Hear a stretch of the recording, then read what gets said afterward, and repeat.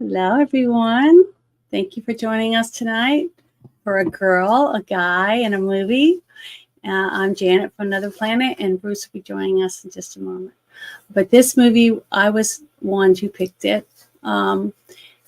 Bruce had said that he wanted me to pick a actor that we could focus on for like a few weeks on their movies, and we chose this actor, Sean Patrick Flanery, and this was the first movie I thought of because I think it was the very first movie I ever saw him in, and I really enjoyed it. It was a very powerful movie for me. I think the younger you are when you see it, not too young, but the younger version of seeing him as a tortured soul, basically. And most of us feel that way when we're young. We feel like we're awkward, we don't fit in, we don't know if we'll ever find acceptance for who we are, whether it's our looks, or we're too short, we're too tall, we're too skinny, we're too fat, we have pimples, or something else, poor, we don't have the nicest clothes. But this movie to me fits that genre for people to, I don't know, kind of see themselves in the character, I feel, from this movie. But it may not be for everyone. Bruce had never seen it. So him seeing it as an adult is going to be different than me reminiscing as a youngster getting to see it. So we'll find out what he thinks. But I enjoy this movie a lot. Thank you, Janet, for bringing me to the point where I could be welcome and watch a film that, as a younger man, I probably would have loved this movie. I'm just going to say that, as I am surrounded by thousands of dollars of hobby equipment. Mm-hmm. I don't try to recapture my childhood, but I'm trying to enjoy my adulthood in a way that I'm going to be able to function tomorrow without the use of heavy drugs or narcotics. Okay. Yeah. I don't include alcohol with that because that's a mild poison majority of the time, unless you're Bono or Bonham, excuse me, not Bono. Bono was a shitty pilot like John Denver. Anyway, Yeah. I want to say thank you for that, and appreciate you starting our stream off tonight so eloquently. Sick Nation 31 Kings, first in the chat, says this is an interesting show. Me thanks. We've got a few parallels to other cinema literature with tonight's film. Yeah. A few extras. Definitely. And our friend, the Crafting Gamer. Hey, how you doing, Josh? Hello. Excuse me, Thank you David. for joining us. Crafting Really Gamer. appreciate it. David. And Six Nation is Joshua. And Lady will probably be in here soon, but he's busy as hell. I've seen his workload. I'll just say that. I don't feel like he's on vacation anytime soon. People are checking their soup. Gonna cut the YouTube algorithm. Yes, I should have. I should have streamed to Rumble. I failed that tonight. We'll get the Rumble algorithm set up here once we end the stream, and appreciate you people on Rumble that watch us in the after. Yeah, I don't know how to do Rumble yet. I don't know how to link it to what I'm doing right now. I have no idea how to do it. I haven't figured that out, but hopefully we will. We'll get you on it. It's just a few more. It's like 4 more clicks. Well, it has a lot of places to put stuff, but I just don't know for sure what to put in the places. But that's okay. I mean, I'll figure it out. I mean, it's not like it's gonna go anywhere without me. You know what I mean? Exactly. So I'm not gonna worry that much about it.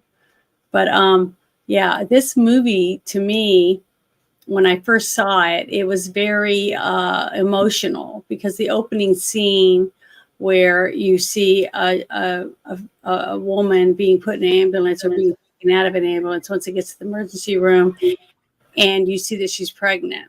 And then you see the doctor come in later down the hallway to the father, the husband or whatever, and tell him that his wife didn't make it for whatever trauma. We don't know for sure, but we knew it was something bad.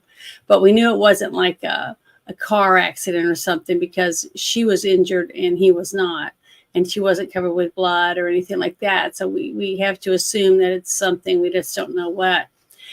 So when he finds out, he wants to see the baby because the baby survived. They said the baby lived. And as soon as he walks in and the baby starts crying, I started crying again, because it's just heartbreaking, the thought of somebody dying and not ever getting to hold their baby, and the baby not being able to be held by their parent is, to me, is an emotional thing.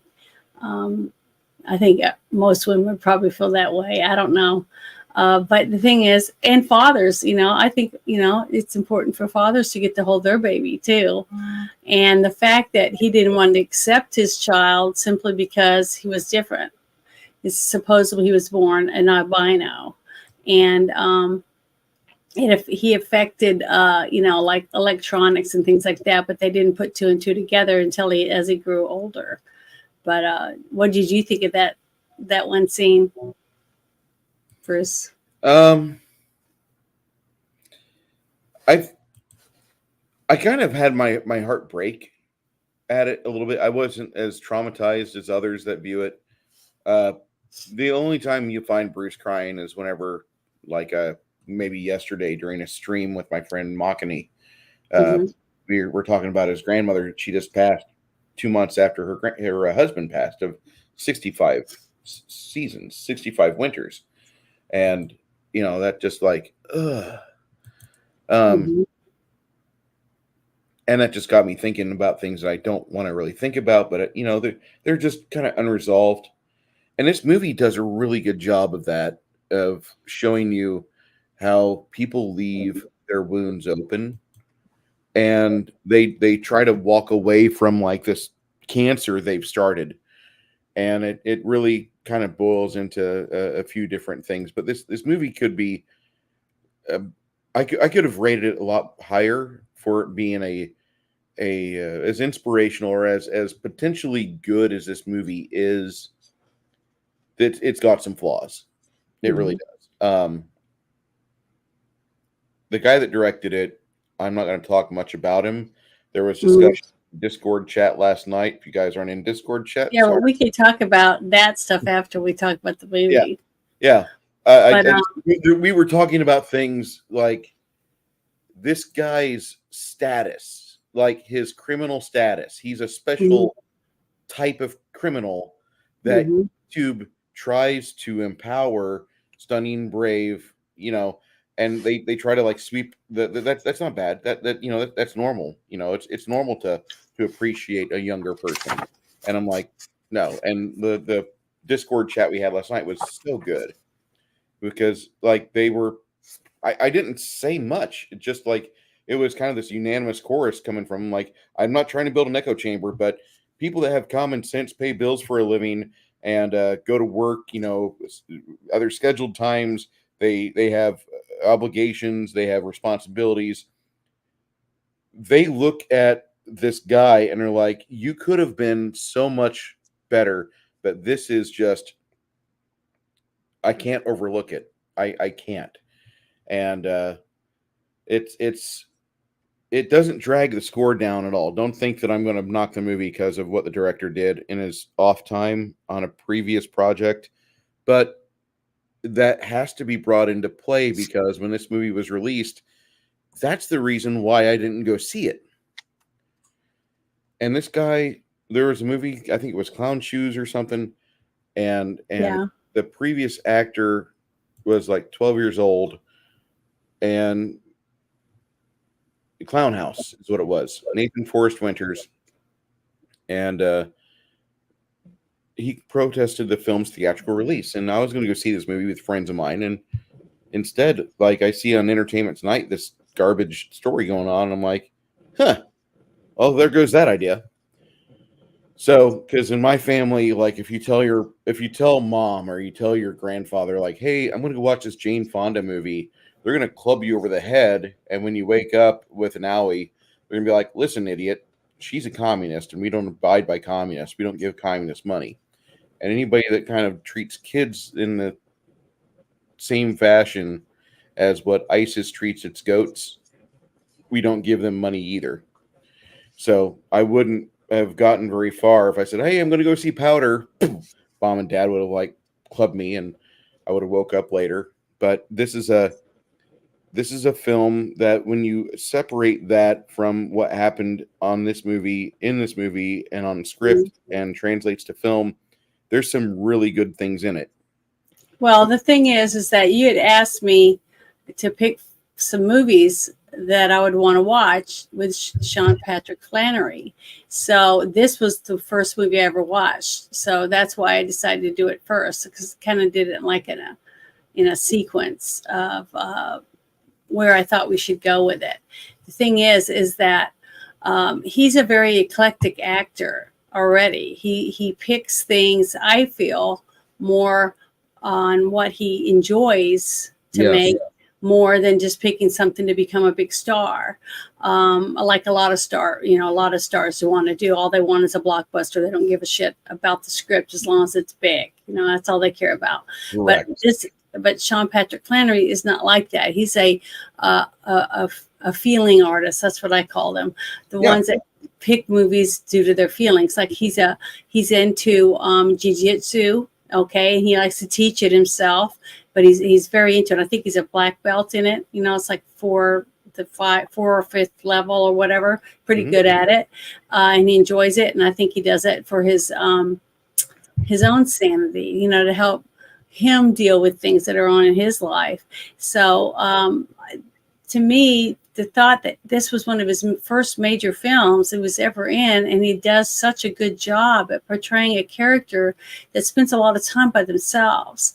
Like when you see him sitting in the room, he sits alone and he has his knee up, and he's holding his leg in a motion. Like you could tell he really researched people that live a separate lives from other people, like children with autism or different spectrums, So even at a young man, as a young age, I can't even remember what age he was. He was a teenager, though, I think, when he made this movie. But the thing is that he just seemed like he put himself into the character, even though it was a far-fetched character because, he was playing an albino. And today you can't do that. Okay, today the wokeism. Here, I wrote something down. Let me pull it up real quick. I'm sorry, I'm not trying not to laugh, but it's all right. Hold on, I pulled this up. Let's see, where is it? Hold on, I'm trying to do it. Find out where it is real quick. Okay, here it is. This is what I wrote about the director. Okay, his direction was careless when he picked we let the makeup on Patrick Flanery not be, perfection, because they didn't have CGI and stuff like that. And I guess in 1995, enough to make him, because he still had a flesh tone around his eyes and stuff. Okay. And the fact that he had stubble on his neck. Okay. So I saw a lot of comments on the original movie about people making fun about the white pancake makeup and different things like that. And then it was way overdone, and it either left you laughing or struggling with looking at the actor. See, I didn't see that. I saw what I felt was an albino man, maybe albino, but whatever reason why he looked that way, we didn't know, because we didn't know what the trauma was that his mother had went through before she died when he was born. But what's sad to me is that people get upset about whether the makeup is applied perfectly to get the audience to see a character in a certain way. Does the production company have to hire a real albino to get you to understand what an albino looks like? Okay. Guess what Hollywood now expects you to only hire a person without an arm to portray a person without an arm, and a person in a wheelchair that's really in a wheelchair. And what should really matter is if the person can act, or our industry has fallen so far that now you really have to be able to, don't even have to act anymore. All they care about is whether you're really black, you're really Hispanic, really albino, really tall, really short, really fat, missing a leg, missing an arm. They've made it, people have nitpicked every single thing to where the woke part of it has taken away the ability for an actor to act like what happened in Forrest Gump when the actor had no legs, right? The character had no legs. But now today, guess what? You can't hire someone who has legs to portray someone who has no legs. See, we've bitched and moaned so much about things we didn't like about a movie that now that's all you can get. So now they won't hire anyone unless they are gay or lesbian or whatever it is, whatever the role calls for. So guess what? That limits you to this, or who can play that part. Janet, you Alan misunderstand. Rickman can't get a part, playing a part now, if he was still alive, as playing a certain thing, even though I know I can tell you right now, Alan Rickman could have done any of these parts. Any part that he was put into. The because he's that ESG good. money. You see what I mean? The ESG money, Janet, that's what is important. If you don't have the proper representation, then it's all going to fall apart. If you don't have the proper representation, it all falls apart. All the money will then go to people who are best. That ruins the future for movies to me. When you can't let an actor be an actor. Diversity, equity, and inclusion. Because it has to be perfect, then it's not going to be perfect. But when you read a book, like we talked about the other night, when you read a book, your imagination puts all the pieces together for you. So you see a picture that's put together in your mind from what you've read, right? And it's either going to be glorious, because your imagination is really good and can be colorful, and you can put smells in there and textures, and you can imagine what it feels like to feel the rough, bumpy skin of an alligator or a crocodile, or soft feathers of a certain type of bird or a furry animal. But that's up to us to do that when you read a book. So when a director and the producers get a script and they're putting it together to make a movie for you to see, they're doing the best they can to take what they see when they read the script and put it on a big screen so you can sit and watch it and see the characters come to life. But if we nitpick every little thing because, that person's accent wasn't right, or like me, I got upset when I found out Hugh Jackman was going to be Wolverine. I was like, Wolverine's not tall and good looking. So I was like, I didn't even want to go see the movie. If it hadn't been for my sister kept saying, go on, go see it. Just give him a chance and see whether or not he can try to portray that character. And guess what? After watching it, I started going, well, he really tried to be Wolverine. Just little things that he did throughout the movie made me want to give him more of a chance because he actually made an effort. And that's exactly how I felt this new time getting to watch Powder as an adult, because I tried to remember these are actors and they're all portraying characters. Mary Steenburgen, which is why I'm wearing what I'm wearing, because I wanted to be dressed as close to her outfit as I could. But her being a teacher of young wayward boys and try to keep them level-headed and as studious as possible to help them achieve a goal of graduating from high school so they could one day have their own lives and maybe not have children that are wayward like they were. So, things like that. And her character was great. I thought she did a really good job as a school marm type of character. And then you had Jeff Goldblum, was a science teacher, and he loved science and he loved the phenomenon of different things about teaching science to other students, to teenagers, high school students. And then you had the sheriff, who had a sickly wife and he had a estranged son. So you had that whole story that develops as the story goes along. And then you had the sheriff deputy that was a total asshole, macho guy, character. He wasn't a asshole all the time. He had his good times, but he liked to pick on people and stuff, because some men and women like to pick on people. That's their personality. They want to show they're better than someone else that they feel is beneath them or whatever. For whatever reason they do it. But I like the aspect that you got to see with all the characters that were brought together, all because of this one young man that his grandfather died and left him alone.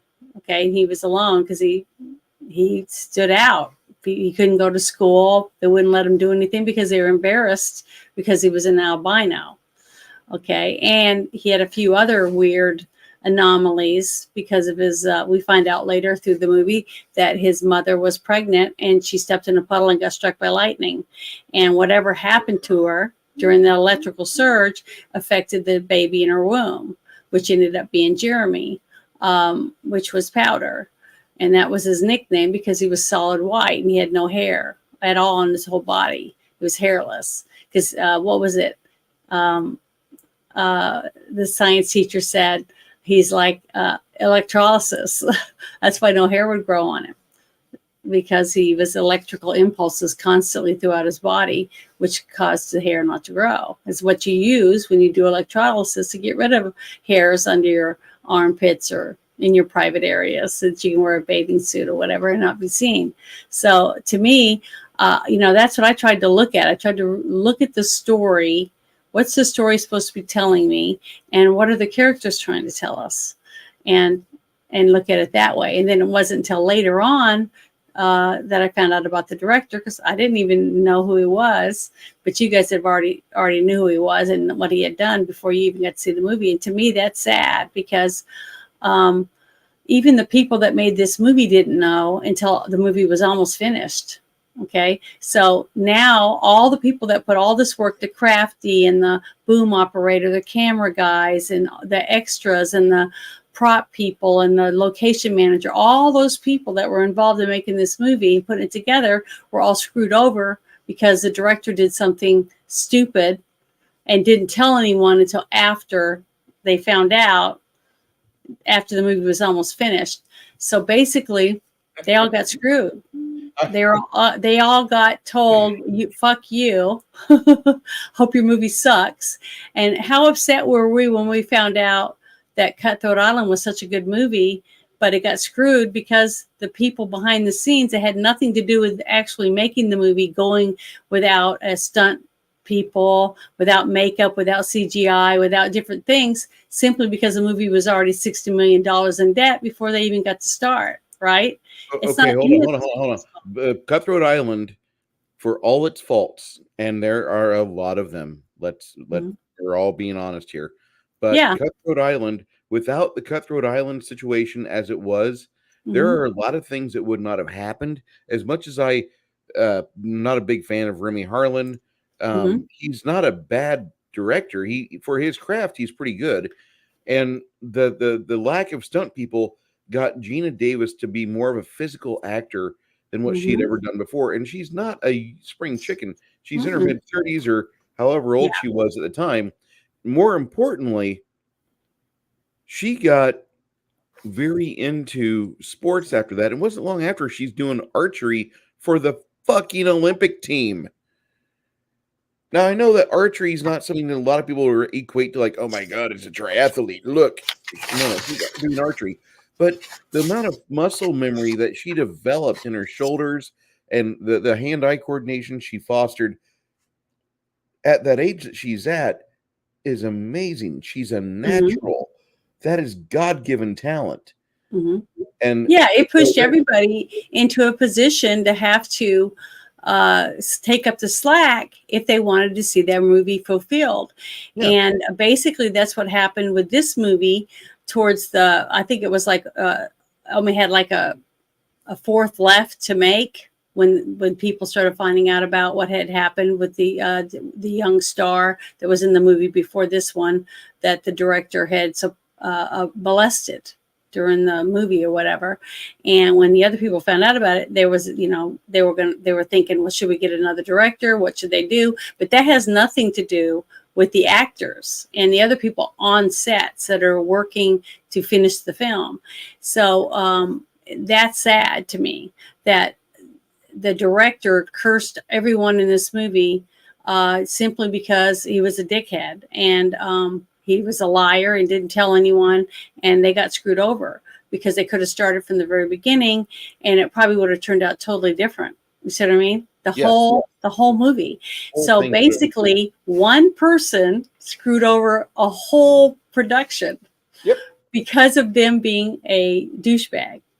But see, I'm trying not to look at that. That's why I try not to research anything about a movie when I'm going to, talk about it, because I want to base the movie on the movie and the script and the editing, the music, and all the things that go to do with the movie. What a director did before he made the movie, to me, I shouldn't judge a movie on that. But you have to at the end, because you have to blame a director for his faults or whatever, or her faults, depending on who's doing it.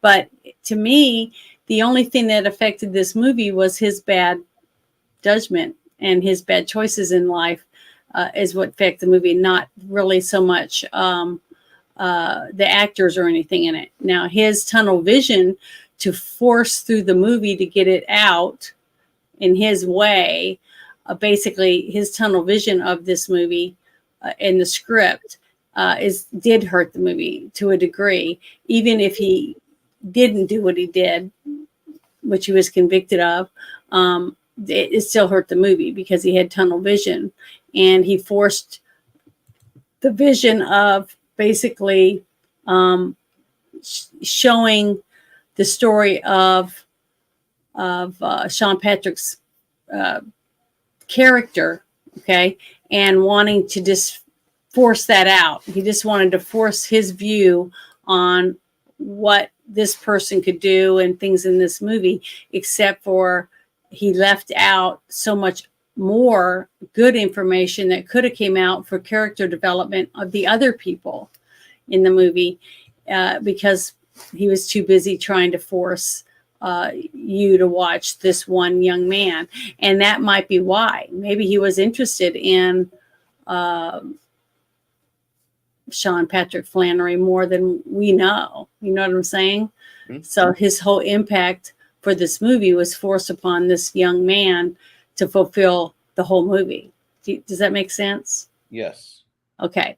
But see, I wouldn't have known that if I hadn't researched the director after I watched the movie, of why he had such tunnel vision. See, that right away, as the movie progressed, the barely touching on the other characters, I don't know. And then also the scene, the bathroom scene where you see him looking at the young man and kind of feeling bad because he knows he'll never look like that because of his skin color, basically.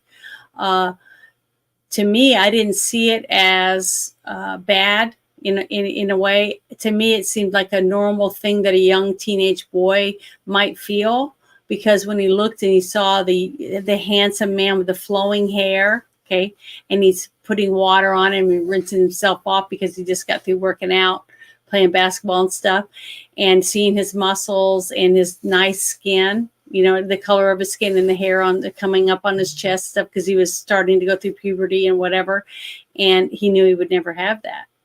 And that broke my heart a little bit, because I really felt bad for him, knowing he would never, ever look that way or have the option to look that way. And then you have the other boys come up, and the one boy pick on him, calling him a fag and stuff like that, or gay or whatever.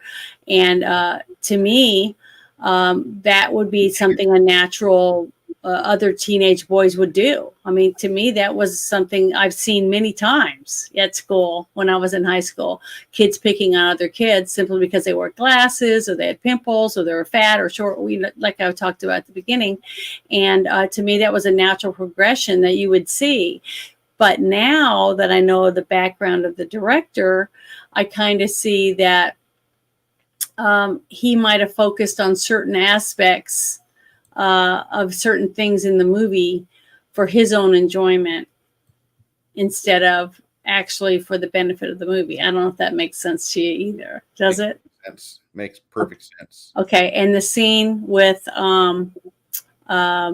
shit, with the science teacher, when the science teacher was just enamored with the boy.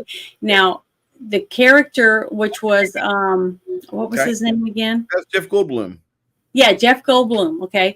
I didn't get a sense that he felt attracted to the boy at I all. didn't get that either, but it was like initially when he came in and he's got like the enamoredness of him, like he's Mhm. like, you can detect bullshit, can't In you? awe of him, not sexually, but in No. awe of him, his capabilities of what he could achieve Yeah, and where and he already was in this, life. this isn't something we're normal. We're Mhm. not. This is something that he was getting a chance to like be on the ground floor and be able to bear witness to something before like other people got involved and like they would lock this guy up. Thank God for Six Nations 31 Kings. He's in here talking about all I want's a Pepsi. No, that's off of a song called Institutionalized by Suicidal Tendencies from the 90s. One of my favorite songs. You can scream it at 120 decibels and lose your voice and still have a big smile on your face. It's great. Mhm.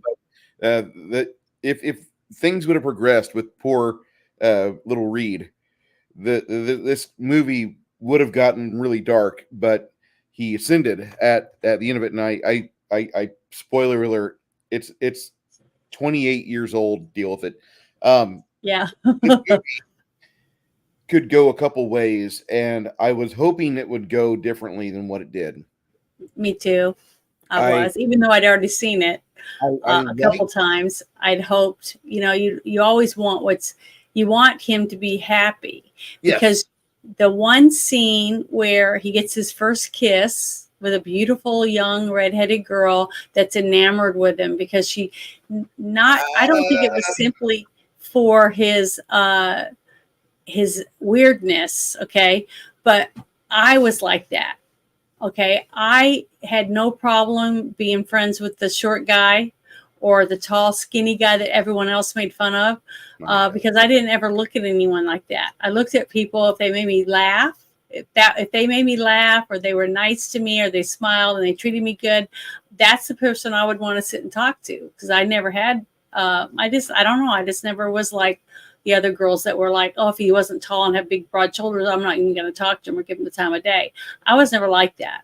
I try not to be like that now, because to me, that's shallow. I'm not interested in shallow people. I like real people. I want to have a real conversation. I wouldn't ask your opinion if I really didn't want it. I mean, and sometimes I get my feelings hurt, but I'd rather have that than fake. I don't know if that, there's not that a lot of people like that. And that is part of my problem with society, is there's so much fake. There's so many. That's why I hate woke. I absolutely can't stand a person trying to cram their point of view down my throat. It's just because I never do that to people. I try never to. I feel like I try not to. I mean, I might. I might, because I never shut up. But I really don't want someone to have to feel like I'm trying to push my opinion on them. I just want people to see where I'm coming from, and understand that I really want to understand their point. But if they don't try to explain it to where a person can understand, then you're not getting your point across. If a person can't leave and say, yeah, that really makes sense, or I never thought of it like that, I wish more people would do that and take the time out of their day to actually listen to another person and try to visualize what it is that they're trying to explain to you. But see, people don't want to sit for 5 minutes and have a conversation. Everything's got to be, right now, right now. And I feel kind of bad because I'm going to tell you, like right now, what I was doing about 2 minutes ago, I completely blocked out what you were saying, and I was looking for something I could respond with in chat or in a response to you. And that's like the biggest problem of our modern day, like these miserable panels. I love the panels when you can have a conversation, but there's other times where like, oh shit, I got an idea. Let me get this out before I forget it. And I feel like do that too. when I do that, I feel like I need a handicap parking sticker, because like I feel like a retard, and I don't want to be a retard. But whenever you're like, hold on, I have to get my thought out, because otherwise, if I don't do it right, then I'm gonna forget it, and it might be funny. you know, and I just Mhm. I think that too many of us don't just pump the brakes a bit, listen to what the other people are saying, and it'll be fine. Mhm. Everybody gets a chance to talk as long as, like, you know, everybody's able to agree. We're all going to get a chance to talk, and that includes you, little Timmy, you little foul-mouthed little bastard, because you're going to tell the dirtiest joke of show and tell, and you're going to ruin a teacher's perfect purity record. And you know, Mhm. we're gonna have problems because of people like little Timmy. And you know, this movie's not about little Timmy, the little pervert. This movie's about like somebody who literally could be like an angel, which it could be, and it couldn't be. I don't care. As a 48-year-old man with typical 48-year-old man problems, Mhm. I'm talking like bills, body not behaving the way it should. Why am I not losing weight? I'm doing my exercise, or I'm lumping a lot of stuff at work today, and it makes you, you know, you're doing stuff, and then like you see this movie and you're like, I remember what it was like to wake up and just be angry. Because Mhm. you're not angry, it's the angst. It's the nobody's hearing what I'm saying. And Mhm. you know, it was perfect that somebody brought in the chat the institutionalized song, because that kind of sums up a lot of the popular sentiments at the time. We were worried that we weren't going to be heard as Gen X.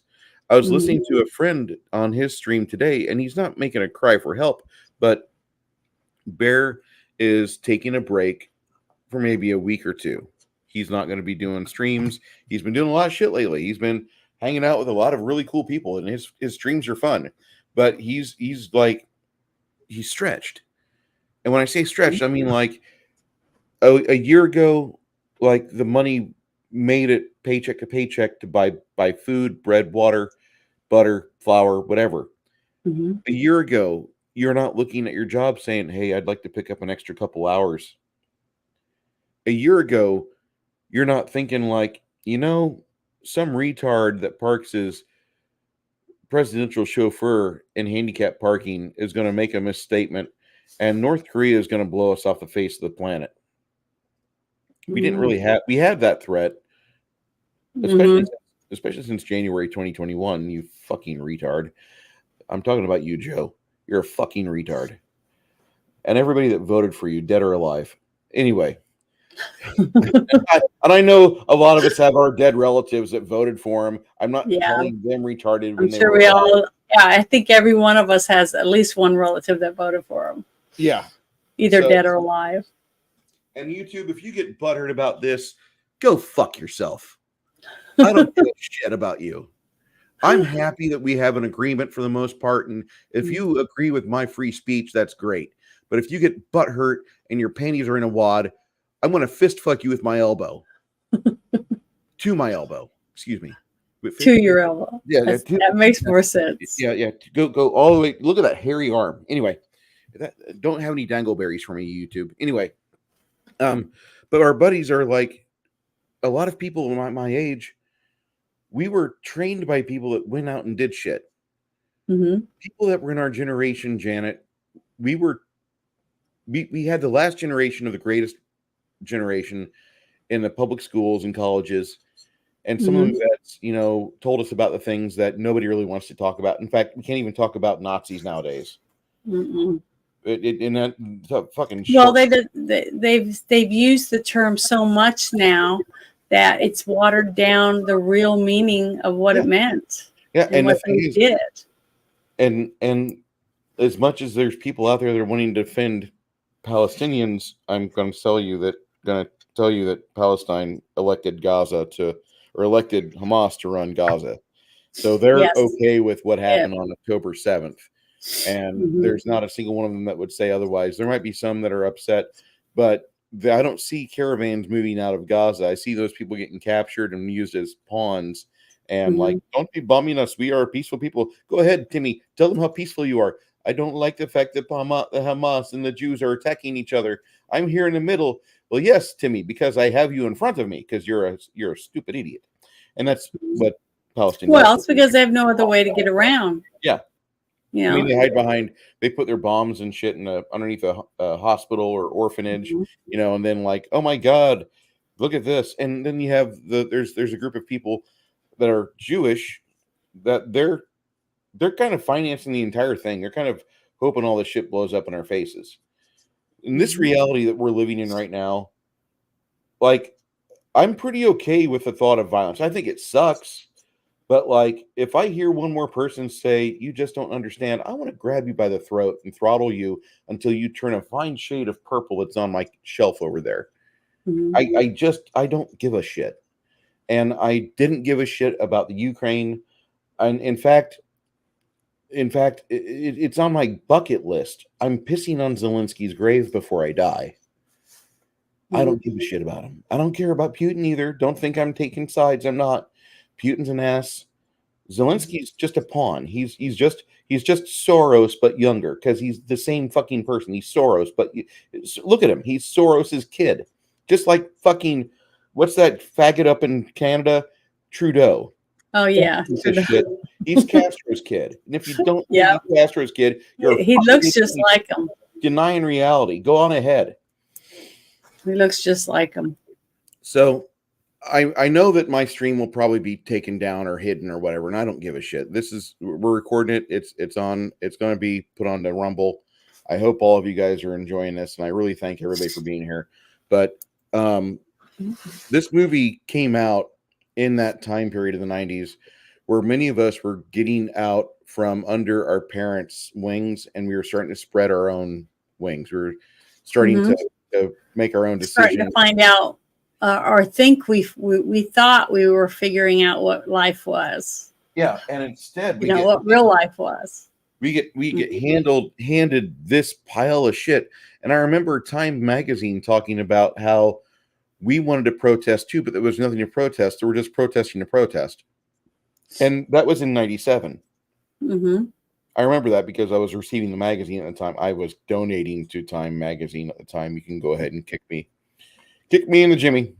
So I'm just, the world that we had, like, somehow we really fucked it up. We were given this golden goose, and it could have laid us the best of eggs. But then you have the 90s fallacies and foibles. We've got all the things that the military industrial complex fucked up. And as much as we want to be heroes, men love the idea of being heroes. We like the idea of being either called to action or asleep in our bed at night, and we hear something, and like all of a sudden that switch gets toggled on, the switch that is, I wish a motherfucker would, and you snap to action and do shit. Now, most of us, all we've done really is just stand in front of our mirror naked with our shotgun or favorite rifle and be like, I can't wait for the moment when I'm in the bathroom and somebody breaks in and I get a chance to be naked and blow someone's head off. I don't know if people really think men and women emulate their heroes. Yeah, exactly. That's something that we all do from when we're a toddler. You look up, okay, and if you're in a room with a bunch of kids and you just watch them, you just watch the kids, like, babysitting, and I'm sure even guys babysit, and you can watch the younger ones that are like 5 to 8, and then you see the teenagers or the 13, 14, 15-year-olds come in. All the little ones run over to the bigger kids, not to the grown-ups, but to the bigger kids. And they all look up to them. They'll sit and listen to what they're saying. If they're watching a video game or whatever, and the older kids are talking to them, the littler ones will sit and listen to them. It's like because they want to emulate them, because they look up to them. It's a natural thing that we all go through. Like the young men on the school bus, they will pick one or two older girls, and they want to be around them because it's their first love or the first time that they have a crush on a girl, things like that. It's usually a girl that's like 5, 6, 7, 8, 9 years older, and that's their first crush. Or it's on their grandma, because they love the grandma's cookies. She makes the best cookies I ever had. Or grandma's fun. She plays cards with me, and then I've seen so many young boys and talked to so many men now that said that they remember when they were young. They said, well, when I grow up, I'm going to marry my grandma. stuff like that. So it's a natural thing that that young men have and young women have. They look up to dad, and then they look up to the boys look up to mom, and they look up to grandma or their uncle, because their uncle was a great hunter or he was a great football player. They all have something, and that we want to be like. So we strive to want to be more like our heroes. And that's one of the reasons why I like this movie, is because this young man was locked away and never had a chance to have a hero. Okay. The only people he knew were his two grandparents. And then after his grandmother died, he only had his grandpa, and he didn't get to have a hug or a snuggle or having, like if you'd sit and you're holding your nephew in your lap and you're reading to him, or reading to the kids in bed, things like that. He never had any of that. And that's, I think, why I connected with him so much, is because I had pity for him right off the bat when I found out he was abandoned in his cradle, basically, right after he was born. And they added the different things to it about how he remembered being abandoned. And then you get to see that because he's hooked up to the heart monitor and stuff. And then when his dad's saying, "That's not my son, that's not my son." And then you see the little dials and switches and stuff moving because the child is getting more and more upset, understanding that his father doesn't want to have anything to do with him. And it's sad, heartbreaking. So for me, at least in that scene. And this movie kind of goes a few different directions on things. Instead of this movie being like a superhero film, which it really could have gone, it could have gone that direction. This could have been Edward Scissorhands 2, but it was Edward Scissorhands from Wish. Well, remember that show? I only saw like maybe 2 episodes or something. It was The Greatest American Hero or something like that. William Catt and Connie. Yeah. It kind of reminded me a little bit of that type of thing, of where it could have been, the potential of this young man's, powers, and the scene where the sheriff goes and borrows him and tells him about his wife, and he gets to put his hand on the wife's forehead and stuff, and then he holds the sheriff's hand. He puts his hand over his hand so he can feel and listen to his wife because she can't speak, and he's like doing like telepathy with her, and crying and very emotional. Boy, that was a really hard scene for me. And that guy was such a good actor. Oh, I just love he's a good actor. Lance Henriksen is Lance Henriksen is such a good actor. He could read the phone book and I'd tune in to hang out. I want to just hear him read the phone book. He's a little guy. This guy is not very big. He's like Tom Cruise, but something about him seems so big, that you want to look up to him. He's just he's got so much manliness that just oozes from him. Even though he cried through that whole scene, all I saw was a man. I mean, I don't know if that makes any sense at all, but I saw a virile man that loved his wife, and he knew that she was dying, and there was nothing he could do about it. But the fact that he was going to let her go, you know what I mean? He was going to let her leave, knowing he'd never going to see her again. That was just a very dramatic, great scene. And the fact that she was hanging on to try to get her son and her husband and his dad together, as son and father again, before she passed on and stepped over the boundary. I just thought it was just a very, it was just a important scene for that movie, I thought. I want to also say, before I go further, our friend Joshua. Oh. He is gifted a membership out there. You don't have to keep doing that, man. And I appreciate you do that. If I really do. Sweet. That's very kind of you, sir. And it happens like every stream. You don't have to keep doing this, but I appreciate you do. But man, I hope I'm worth it. I really like. You're I worth hope it. I hope I'm worth the expenditure of the money. The You're token, worth the token for me is worth it more than the money. It really is. I owe you a bro hug, and if you drink beer, we'll have a beer or we'll paint figs when we're hanging out together. But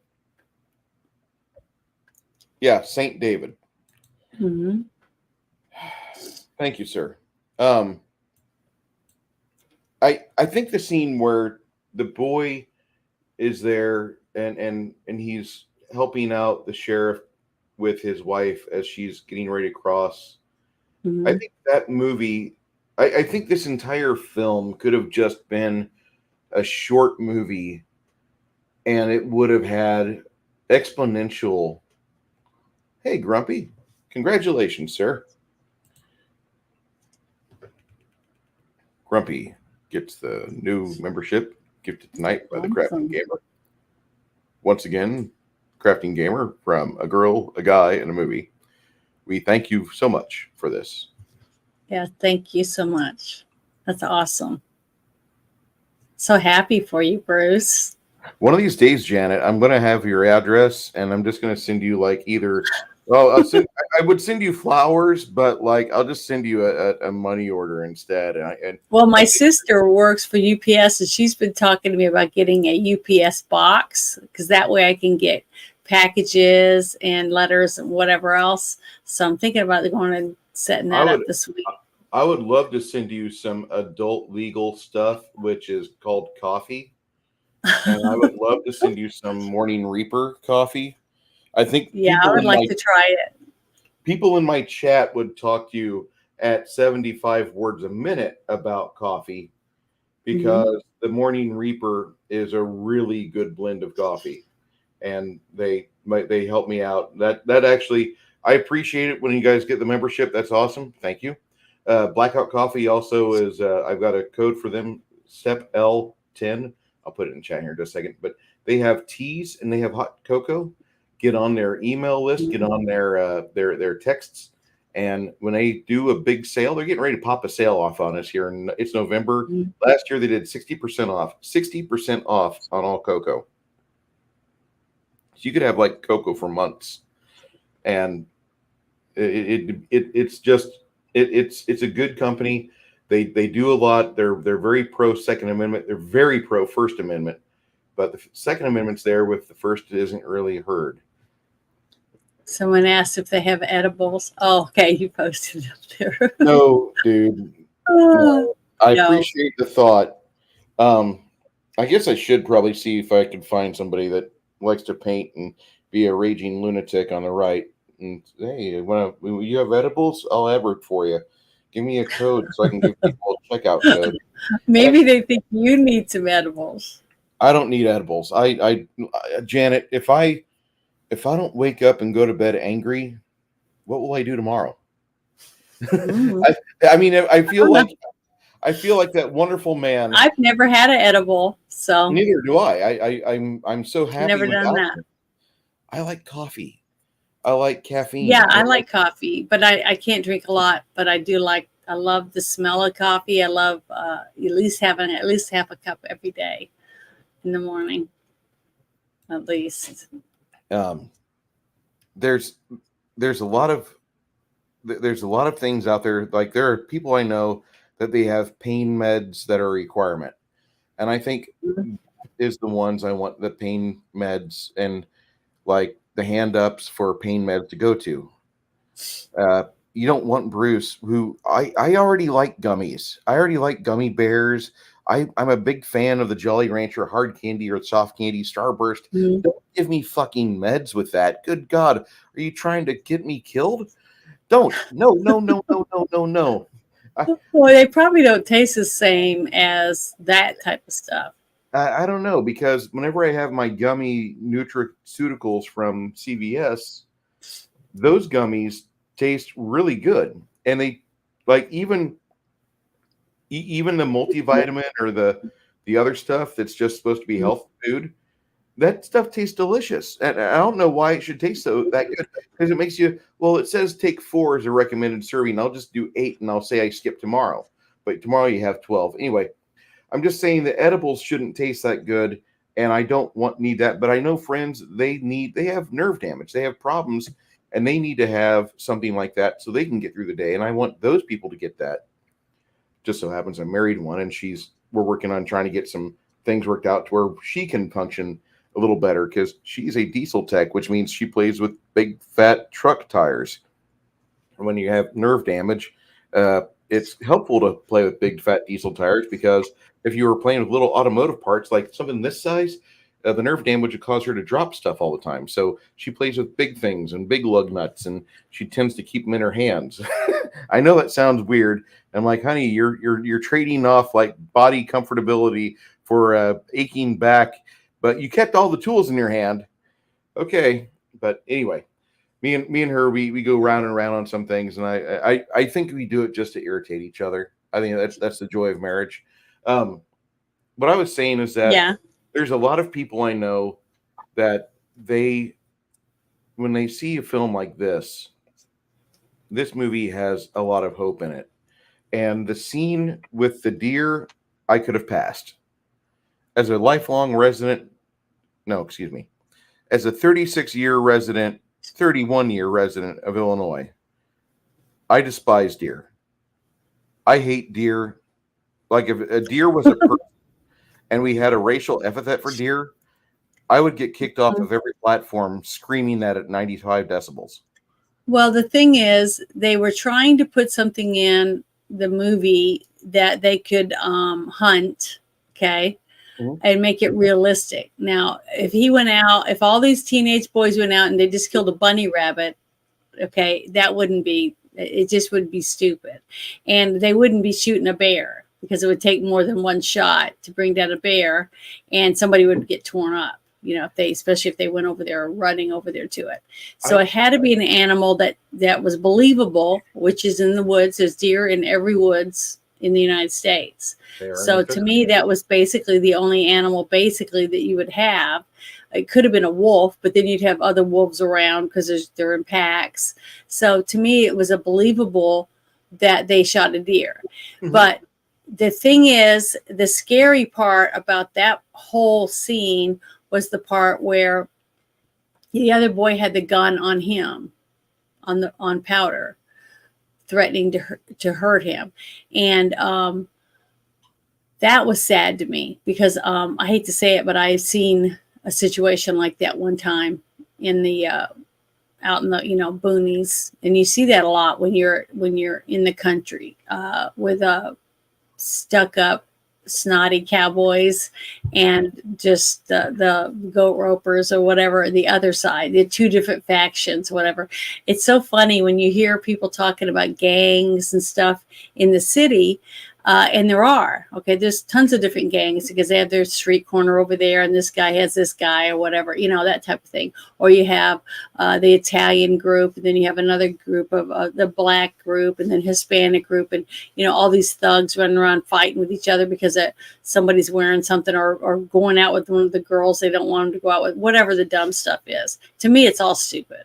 But when you have two sets of cowboys, okay, simply because they're from two different families, it's most likely they have relatives and families in this group, and then you have other ones in that group, and they absolutely hate each other, either because they have a still or they grow weed or whatever it is. Okay, they don't like each other selling in each other's territory, or one of them's dating one of the other one's sister, or some, it's always some stupid shit is what it is. It always boils down to stupid shit, and that's what's so sad about it. And they're running around beating their chest, like, and grunting or whatever. I don't know what it is. To me, it was all macho, stupid stuff. And to pull a gun on someone because you're mad at them, and you feel threatened by them for whatever reason, because they're cuter or they give off a vibe that you don't agree with, or whatever it is, to just turn around and walk away, to me, is the most mature, smart thing to do. But you see so many of them risk killing someone or hurting them so bad that you're going to spend the rest of your life in prison. It's not worth it. It's so stupid. And I was that girl in school. I was the dumb one that was always telling them, Jesus Christ, grow up, get a life. you got a beautiful girlfriend, you got a potential future ahead of you with this good job welding or whatever it is, and you're going to throw it away because this guy looked at you wrong. I mean, it's just dumb. I just see dumbness, and that's one reason why I liked this movie back then, because a lot of the people I was friends with were dum-dums like that. You know, they were walking around grunting, and you know, like I said, I call them knuckle draggers and stuff because to me it was just dumb. It was just stupid, and I was like, and that's why I didn't date anybody. I dated not one person from my school. I had to go out with guys from other schools because these were all my friends. You know, I wasn't going to go out with them. And plus, I looked at them as friends, not potential one day, because I knew enough about them that I knew I was not going to end up with any of these people. You know, I was like, I'm not marrying no Okie from Muskogee and living right here. You know, I'm never leaving. And this is their life. And I was like, I didn't want that. So that ended all that for me. So I was not interested. I will say that I was a little upset with the trigger discipline as a 48-year-old man watching this movie. I was upset watching that because I'm like, at any moment that finger can slip and we're short somebody. And if this was like an Alec Baldwin set, like, yeah, that's what I thought the whole time.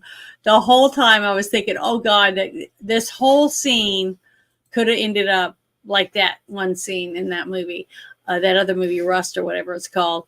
Because there was a lot of guns. I mean, there was a lot of guns pointing at people, and I didn't like that aspect. But it raised my tension. You know what I mean, for the scene. So that when I first watched it, I didn't know that much about how stupid that was, the way they handled it and stuff on set. But I probably wouldn't see that today. Well, you'd think you wouldn't, but I guess I'd be wrong, wouldn't I? Yeah. But the thing is,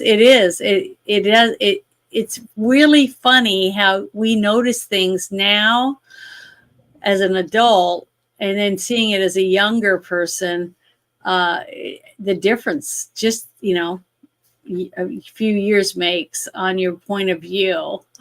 You know what I mean? It's amazing how much we change. And you don't even have to move or anything. It's just getting older and seeing things through an adult's eyes that changes your opinion on things. You mature, and it's something that most people go through. But I have met people that are, over 50 that I don't think grew up when it came to the common sense part. But, that's life too, and not all handed the same bag of marbles. You know what I mean? But that scene to me was very intense. And I know why you wouldn't want to do it, because I hunt. Okay. But I hunt to eat. Okay. I eat it. And I fish, I eat the fish I catch, you see. So to me, it's not wasted, and I would still hunt. I've seen animals die getting hit by a car. I've seen people do that kind of shit where they go spotlighting in the middle of the night, and they want to just shoot something, and then they just leave it laying there. To me, I think that's ridiculous, and I didn't like it then, and I still agree with that. But if you're going to take it and skin it and keep it, to me, it's worth it. But I can understand why he was doing it, because he'd never seen that. He saw his grandpa die, and from what they said, he tried to bring him back to life, right? Mm-hmm. From what they said. So he was traumatized seeing his grandpa die, and there was nothing he could do, and then he knew he was alone. And then they had told him that when we're gone, they're going to come and take you away. And he was right, because they did come and they took him from his home, all he's ever known. So then to be out there, be threatened, and have a gun in his face, and be threatened that he was going to kill him, and feel the hostility coming from this kid that's threatening to kill him. And the other kid yelling, stop, stop, stop. So of all the hate, flying around, and he supposedly can feel and absorb people's anger and everything. And then to see this deer laying there dying and feel its death, you know what I mean? Mm-hmm. And then for Sam, so he's so upset that he grabs him and wants him to feel what the deer's going through. I wish they'd done more with that. That was one of the things that I didn't like, was the fact that he didn't learn anything. You know, he's afraid to use a gun now, and he blames the kid because he saw what it was like, or he felt what it was like to die and not understand why you're dying. Because see, the deer, he felt it through a deer's life, not a human life. He didn't look at it the same way as what a human would if he was dying, because a human would understand, I got shot and now I'm dying. A deer's dying and he's suffering, but he doesn't know why. He doesn't, you know, so he had that.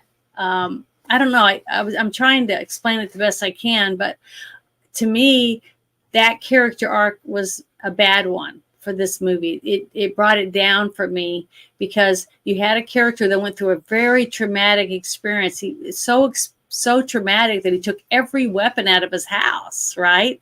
Because he said, and then he explains on his porch that he can't look through a barrel of a gun and know he's going to take the life of something, because he can't get past that. But then he turns around and he's a total dickhead, you know, 2 scenes later to this kid over, you know, over trivial, stupid shit. See, to me, that was so stupid. I really like that. This sounds kind of hateful, but I don't like him in this movie. Duncan is a poorly written sheriff's deputy, and I just Definitely. I'm not a big fan of that character in this film. They could have just spent the time on something else, and I would have enjoyed the movie much more. I didn't need to see the deer. I don't give a shit about the deer. Like I said, I'm from Illinois, and I've hit more than 10 deer in my life, and those stupid furry pieces of shit have raised my insurance rate so much. I moved out of the state. It's one of the main reasons I moved down to Texas, because down here, I think everyone in the South, every person in the South has hit a deer or knows someone who's hit a deer, because they're everywhere. There's thousands of them. So I can understand what you're saying. If you have a state mandate that says if you want to shoot a deer, you have to come get a permit from us. Fuck you. Seriously, Illinois, eat a dick. Like, if I had property and I saw Bambi out there, I'm going to totally do this. Yeah. First off, we're going to put this in the woods. We're going to have it hidden by the hills. I don't want any drones nearby, but I sure as shit want to have a deer feeder, and I want to be able to have motion sensors or trail cams out there, so I can go out there. Bambi's around, I'm going to kill him. I want to have 5 or 6 dead deer in my freezer. That's how I would want to do it if I had the ability, because I hate deer. I don't even like eating deer. Deer is like a third. You don't like venison? It's a third tier meat. It's I think it's so good. I wish I could get more of it.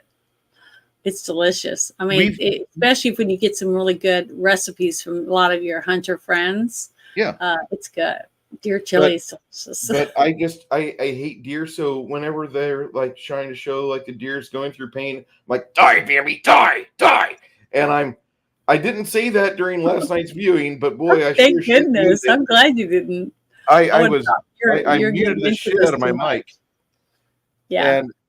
And Michigan's like, am I a joke to you? Hey, Tommy, how you doing? Oh, hi, Tommy. The toe nibblers. Hi, Mage. Mage's Musings here. Hey, Sean, how you doing, sir? Awesome one. I'm sorry, I wasn't reading a lot of the chat. I've been too busy but talking my head off. I like this movie in parts. Like, Victor Salva is not my director of choice for this movie. I think this would have been handled a lot better and a lot classier, but people would have said that this is just Edward Scissorhands Part 2 for See, I didn't get that vibe at all. I didn't get anything at all from Edward Scissorhands. Yeah, I agree with you, Jerry. I'm not a big fan of deer meat. I have to spice the hell out of it for me to palate it. I love it. It's good stuff. I can eat it. I can eat it every week. Well, that's great. I like pigs. Pigs are wonderful and they're delicious, and they require. Do you like wild boar? It doesn't taste the same as regular ham. Completely different. The muscles get to work, and you have a chance of, like what I did. If you ever go down to Kingsville, Texas, and go hog dogging. I did this back in I've 2013. never gotten to do that. Going to hog dogging is different. You have to take a few dogs with you, but the dogs are trained, or they have instinctual. They're good. Like a killer whale doesn't really need to like go to school to learn how to be a better killer whale. He just kind of comes out and he's a killer whale. You grab certain dogs, and certain dogs are just fantastic at it, and they grab a hold. Ghost peppers will improve deer meat. Anything improves deer meat. Mm-hmm. They grab it by the ear and they'll drag it down. And I was told we didn't take guns after this, but here we are playing with these 125, 150 pound sows in the wild. And like all of a sudden, like I've got this pig in front of me and it's getting ready to charge me. I've evaded it so far, but then this 75-pound pit bull breed comes and grabs it by the ear and drags its head. And after I get done literally pooping myself, which not a fun, it happens. Like some people, like there's things in action movies you don't find out about until you're in service. Like some people, whenever they like get in combat, like they that happens. It just deal with it.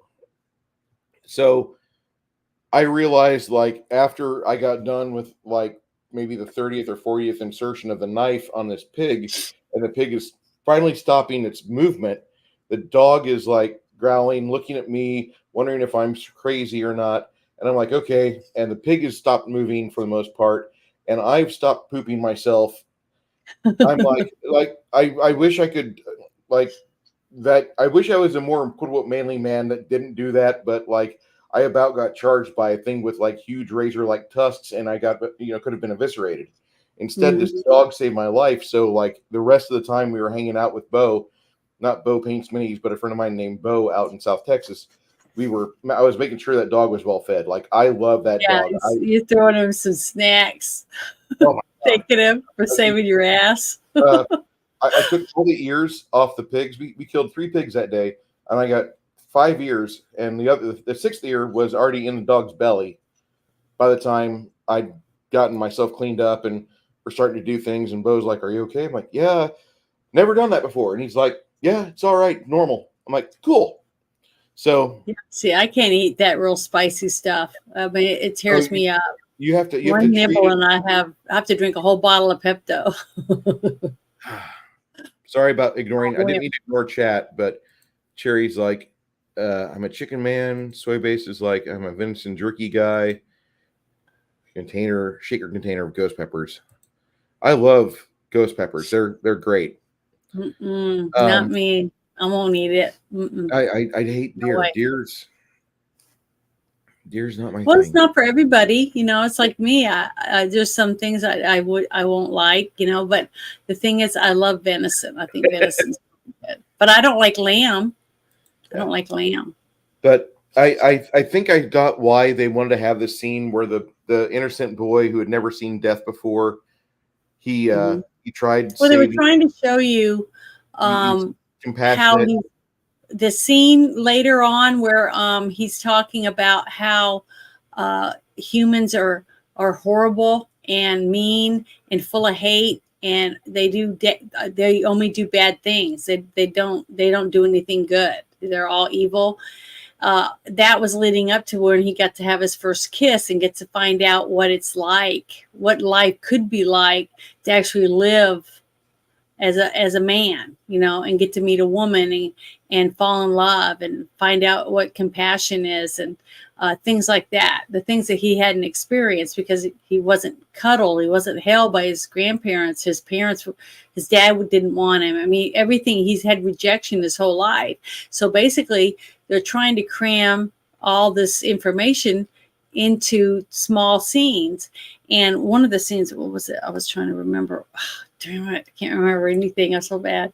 But trying to show you him evolving and into a higher being than us, because he didn't let himself stoop down to kill, and do bad things because he was angry and used his jealousy or anger. Like, even though he saw that, like I was talking about, he saw that handsome young man in the bathroom, and knowing he will never have hair like that, he will never have beautiful skin like that. Even though, you know, his skin, I didn't think was ugly. I mean, I didn't think it was ugly at all, but he thought it was. He thought, because of what he looked like, since he'd never met another person like him, that he was never going to be accepted. But all the people around him, the teachers, the sheriff, the woman who was dying that said she thought he was an angel because he was sitting there by her, about to take her, you know, across the finish line when she was dying, basically. And he even said that, you know, he said that she thinks I'm an angel. And that right there should have told him that he's accepted, you know, that they're accepting him for who he is, and they don't expect him to be anything different. That if he just took enough time, and there people would accept him for what he was, except that he didn't want the time. He didn't want to take the time to find that out, or how long it would take. Once he was rejected and knew that he would not be able to have a relationship because the parent or the father of the young girls would, or teenage girls, would not accept him because of what he looked like. He's a freak. You know, I don't want you near my daughter, you freak. You know, that type of stuff. So, and to me, that was perfectly normal. That would be a normal reaction for any dad. It wouldn't matter if he was a good looking hunk football player. When you walk up and you see your daughter kissing a guy in the middle of public, you know, that just wasn't something that a dad normally would accept with his teenage daughter. So it wouldn't have mattered. But see, the young boy, Powder, or the young teenage boy, wouldn't know that because he's never experienced anything like that before. So he just accepted that it was because he was ugly and he would never be accepted. That's how I saw it. You know, I think when we're a young person, we think we're ugly, you know, and you'll have to have like something really shake you up for you to like come out of your ugly duckling outfit and just be like, you know what? If I treat myself right, if I eat right, if I try to exercise, I can be attractive. If nothing else, I'll feel better for being exercised. And no matter what I do, it'll be a benefit for me. And I think once a lot of people start doing that, that's where you start seeing like what we have had since the 70s. We've got this, you know, gym bro culture, which is great. And, you know, I don't know if Powder would have ever wanted to do that. This movie, it commits a lot of crimes. And one of the crimes this movie commits is it's the length of this movie. It's far too long for it to be an enjoyable movie for me. It's not. It's a good movie. It qualifies under something. As a young man, I would have really enjoyed this film, but on rewatch, it would have probably fallen like The Cowboy Way. But I'm not trying to insult anybody that still likes this movie. I think it's great. I think it's great you do. But I just watched it last night for the first time as a 48-year-old person, and I was trying to think of myself as a 20-year-old when it came out. How would I feel? And I think this movie has some small successes in it. This is going to make it sound like I just won a movie with Lance Hendrickson to read the phone book, but he played a really good sheriff. And his wife, I believed him and her loved each other. And whenever they were on scene together and she's ready to start feeding all the information through Powder, I thought that was a really good scene. I thought that scene was so good. Like, that for me was the entire film. And I know that sounds, for me. That sounds bad, but and previous prejudices aside for Bambi, the deer scene did nothing for me because the character that was played by the deputy was poorly written. I've seen that guy act before. He's acted better. And there's a lot of other characters in this movie that could have been expanded upon.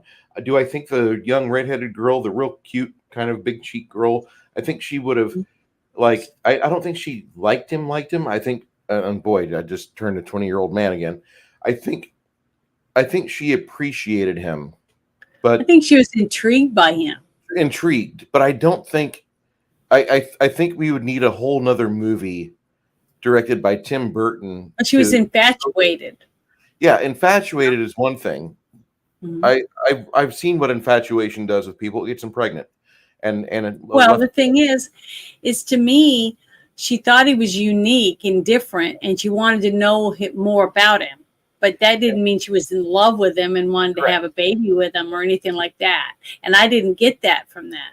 The fact that they kissed was because of the moment when they were doing the fingers. Yes. Okay. So she got to see his sadness. She got to feel his emotions. And how do you get a girl? You show her you have feelings. Okay, you show her. Okay, I'm saying it from the girl side. Okay, you gotta listen for a minute. But a girl, once she feels that a guy can be level with her when it comes to feelings and can understand when she's explaining to him, when you said that about my dress or whatever, it hurt my feelings. And he tells you, I'm really sorry. I didn't realize how much you really love that outfit.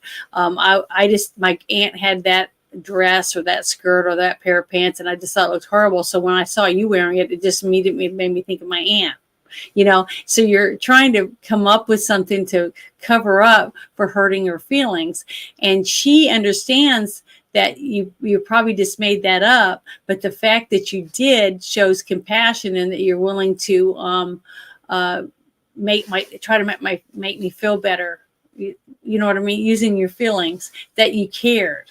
So that brings a girl in for some reason. I don't know why. Maybe it's just the way God made us. We're all feelings, a touchy-feely, and guys are all brawn and macho and just want to walk around and be manly. I don't know why God made us this way, but that's how we are, and we can't help what we think is attractive. It doesn't, we don't mean for it to be that way. We don't mean to be annoying, but that's who we are, and we just have to accept that, we're different, and that's what makes us attracted to each other. Is the fact that we do have different things that are what we want or what do we enjoy in life. That's it, But what to me was sad about a scene that was totally just, thrown out that could have been really cool or added more depth to this movie was the whole thing about his IQ test. This guy was like highest ever on a test. No one in the world that they know of has even scored this high, and they blow it off like it's no big deal when he leaves the room. So it's like, that was stupid. That was just that was terrible. I thought that took a big hit on the script for me. The fact, now I don't know if the script even had more about it, but the fact that the director just let it in that way, to me, showed he had tunnel vision. He was trying to rush to the end when he's turns into energy. He turns into pure energy. He disappears. He goes into the atmosphere or whatever it was. That's one of the reasons why I felt like we were being railroaded through because of the vision of the director, instead of expanding on all the great juicy details of the character arcs for all these people. He just pretended like they didn't exist anymore. It was like, oh, well, no one needs to know any more about it. That pissed me off as a viewer. You know what I mean? Yeah. He shows us all this giant smorgasbord buffet, and then he rushes you by and doesn't let you have the steak. You know what I mean? He gives you the salad at the end or something. I don't know. To me, that pissed me off. That was one of the things that I thought was why I felt it was like he had tunnel vision to the ending. He wanted to push everyone to this because that was his glory. The director's glory was the ending of him becoming pure energy, basically. And to me, it ruined the movie because he had so much more to expand on. That's why I'm saying the part where the deputy comes back and he's a total douchebag after supposedly we felt like he redeemed himself because he realized his feelings about what it was like to die. He was fearful of death now because of it. So it changed him emotionally. And then he ends up being the same dick he always was, but now he doesn't have a gun. But that was, to me, there was no character arc. He dropped him like a rock. And then instead of bringing that back, why didn't he expand more on him having a chance? That's when the scientists came to get him, is that they wanted him at their college, as a professor. They were going to give him a doctorate or something big, because this guy's huge, What could everybody learn from him? But see, he just, I don't know. To me, it just fell flat after that. That scene for me. I got to attack this movie, and I hate to say that. I got to verbalize this, break it up a few different ways. I like how the movie introduces us to him, and I think it's important that you see the mom get hit by the lightning, and then the father just basically rejects his son, and then everything happens to the grandparents. And there's not a single way for you as a woman with a vagina for you not to have your heart swell up and like, oh my God, I want to hold him because he's a crying baby. And like for half of the movie audience, like they immediately wanted to just like never let him ever get hurt again. And then when we get introduced to him, he's a telepathic. He's not sociopathic, but he's naive to the point where he could harm people by showing them too much. And I think this movie is so negligent for giving us little tidbits here and there, which could have been expounded on and given us a good 20-minute set of scenes spread throughout the film from start to finish, where we would have had a good introduction, complication, introduction of new characters to further twist the knife or twist the plot, and then we have the resolution.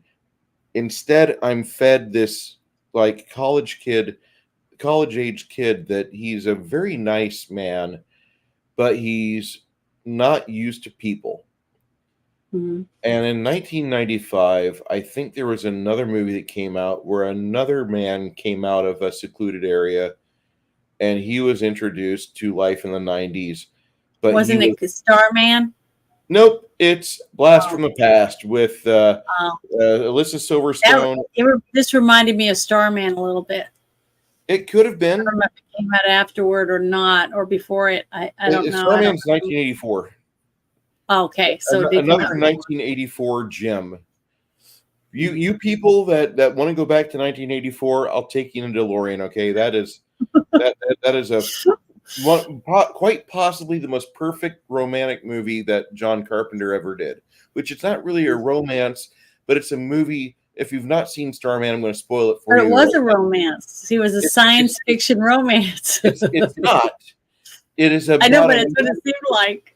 No, it's about a movie who the main subject is a woman, a widow, who she misses her husband. An alien comes down, takes the form of her dead husband, and allows her to not only process the grief and get closure, but he also gives her the promise and gives her a child, which I will say in 1985 and 86, there was a TV series, which wasn't bad. It was a very good movie, but it was a kind of weird because we just had this in theaters 2 years ago, and now Starman's child is a teenager. And Starman came back in the TV series, and she's nowhere to be found. It failed, but it was a neat novel idea for a series. I love the movie Starman. That's a perfect film, but I'm comparing this movie to a couple others. Phenomenon was mentioned earlier by, I think, Six Nation, 31 Kings. Joe's Atmosphere absolutely loves this movie. By the way, guys, if you want to give a rating for this film, go ahead. Put your ratings, put your numbers or your A pluses, your thumbs up, whatever. Put it in the chat. I want to see it. I want to read it, or I'll have Janet read it. But this movie has some problems with it, and the director and the script are what I blame. It's not really the actors. It's not really people involved with a lot of the behind-the-scenes stuff. The movie is very well shot. The director of photography, I don't really know who that is. Let me find that real quick. The camera scenes, the actual framing of the shots is done really well. That is fantastic. I don't like the makeup, but I'm going to forgive the makeup because back in 95, we thought that we would have cool things when we were in our 30s, 40s, and 50s, which we do. If I would have been Yeah. told at the age 20 you'd have an iPad and you could play pinball on an emulator and play Medieval Madness or the Addams Family all night if you want on your iPad, I would have been, I can't wait for the future. And I love that. I love pinball is my thing. Sorry. So we didn't realize that televisions would get so clear, and small town TV stations, excuse me, they had to adopt 4K behind the curve. Big cities got 4K cameras and they upgraded their makeup department immediately because otherwise you see blemishes or you see warts or something that's not so pretty on your weathercaster. Their 10-inch part's got a problem in it. They fixed that. And when you go back to your 4K collection of Buffy the Vampire Slayer, your brain disconnects your asshole tendency to be like, this sucks, that makeup. Because you're like, I love Buffy the Vampire Slayer. Angel's so cool. And it works because it expects you to be like, listen, we have a budget of $7 for makeup. We can't make Spike look any cooler or more menacing. We have to work with what we have. This is a kit we bought from a makeup kit from Kmart. We bought for $17. But see, you were willing to accept bad makeup on this show and then not on this other one simply because you enjoyed the story and the overall stuff that was going on in the other one, so you could accept a few flaws, right, with costume or makeup or whatever. See, that's what I'm trying to say, is that it's sad that because the story was messed up because of the director's push to force you to the end for what he wanted you to see, his big ending, that it messed up the other things that could have been so much better, because I could have accepted the fact that the makeup wasn't perfect and things like that if the story had been better. You see what I mean? Isn't that sad that we're like that? But but that's a fact of how we observe things and absorb information. I forgive 1980s movies for their practical effects and for them not thinking that we would have 8K televisions. How dare they? No, fuck you. I'm going to watch Rob Bottin movies the rest of my life and enjoy them. I'm going to watch The Thing back to back to back. I'm going to have my friends over on a Discord one of these days. We're going to watch all the Howling films in chronological order as they're supposed to take place, not as they're released. We're going to do that. We're going to do that one of these days because that shit's fun. There's a problem with this movie here, and it's not with makeup. It's not with the director of photography. And the cinematography is by Jerry Zielinski. The music of this film is by Jerry Goldsmith. He's a very accomplished artist. He's very accomplished. Yeah, I didn't have a problem with the music. John Williams was supposed to be part of this movie, but Goldsmith got picked because of things that he had apparently done in his fresh out of college days. And he's very accomplished with this. He did the music for one of my favorite movies. He did I believe he did Inner Space. Holy cow, he did the music for Star Trek: The Romulan Wars. Oh wait, they applied his music for Star Trek: The Romulan Wars. He died in 2004. Romulan Wars was in 2015. But he did Along Came a Spider, which is a fantastic kind of like a suspense movie. Morgan Freeman. He did The 13th Warrior. That was a really good movie. I love The 13th Warrior. He did The Mummy in 1999 with Brandon Fraser. Brandon Fraser, by the way, we have when we get into bromance month for Bruce, it's going to be Brandon Fraser. As much as I want to do Rob Bottin movies and just like we're gonna do the best makeup effects ever for this month, no, it's going to be Rob Bottin. It's going to be Brandon Fraser because I just like his films. Blast from the Past is a perfect movie. I think. Have you ever seen that movie? No. All right, chat. You heard it here first. We're going to be watching that in. I haven't seen it. Yeah, that's gonna be a Valentine's Day special. I've only seen a couple. I think 2 movies maybe with Brandon Fraser in it. You The have. Mummy and some other movie. I'm trying to remember what the other one was called. But I really want to pinhead Encino this. Man, was he in that? Yep. Okay, well, that I think that's the one I saw. Those are the only two I think I've seen with him. We have so much to show But we're you. supposed to watch Caveman still. Yes. I really want to watch that too. Have you seen that? Have you seen it before? Or With no? Dennis Quaid, yes, I love that Okay. movie. Okay. It's a good, fun movie to watch. But yeah, what is your rating? That you think that you'd give this movie? Before we get into that, I need to find where the scores are in here. So let's see. Nobody did I thought I saw a couple numbers go by. I saw people earlier. do some good like they like the movie or great movie. Mhm. Starman, Ted Kaczynski, Balchko Wow Wow. I wish I could bestow a little more confidence in my 1980s self. I was a timid lad, but aside from that, it was good. Dude, I'm the same way. I would like to tone down my bravado. I really would want to do that. But Uh-huh. I mean, whenever you deal with shit for a living and then people say things to you like, I don't know how you do your job. It gets to you. After the 40th fucking thousandth time of the year that somebody's like, how do you do what you do? Because you're there like unearthing like diapers and like pasta and other things out of the septic tank, and you're coming, you're like pulling this hose out and you've got all this gloppy brown stuff on it and like some wipes, and people are there vomiting like 10 foot away, and you're like, what's your problem? And they're like, Well, it's because you got all used to it. It's Yeah, I not got such used a to big deal to you. yeah. But this movie is pretty interesting. I'm just okay.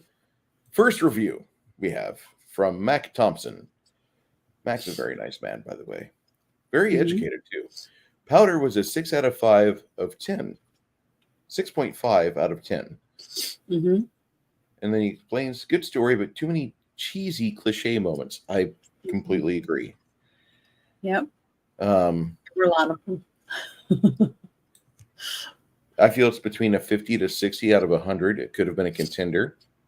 Mm-hmm. Yeah, Blast from Past has Chris Walken and Sissy Spacek as the assisting actors, but it's got Brandon Fraser and Alyssa Silverstone as the two leads. And if you don't love those two as a couple by the end of the movie, you're just dead inside. You're completely unremarkable on the inside. Hubba Bubba. Yeah, Dennis Quaid pissing ice cubes. Yeah, and Richard Mole, God bless him. He just passed. He played the hairy creature in that movie. Mm-hmm. Poop, poop, poop of Earl. Poop of. Okay, so yeah, either you have a weak stomach or you don't. Kathy, hey, how you doing? What we have, for me, this movie is a 55 out of 100 for me.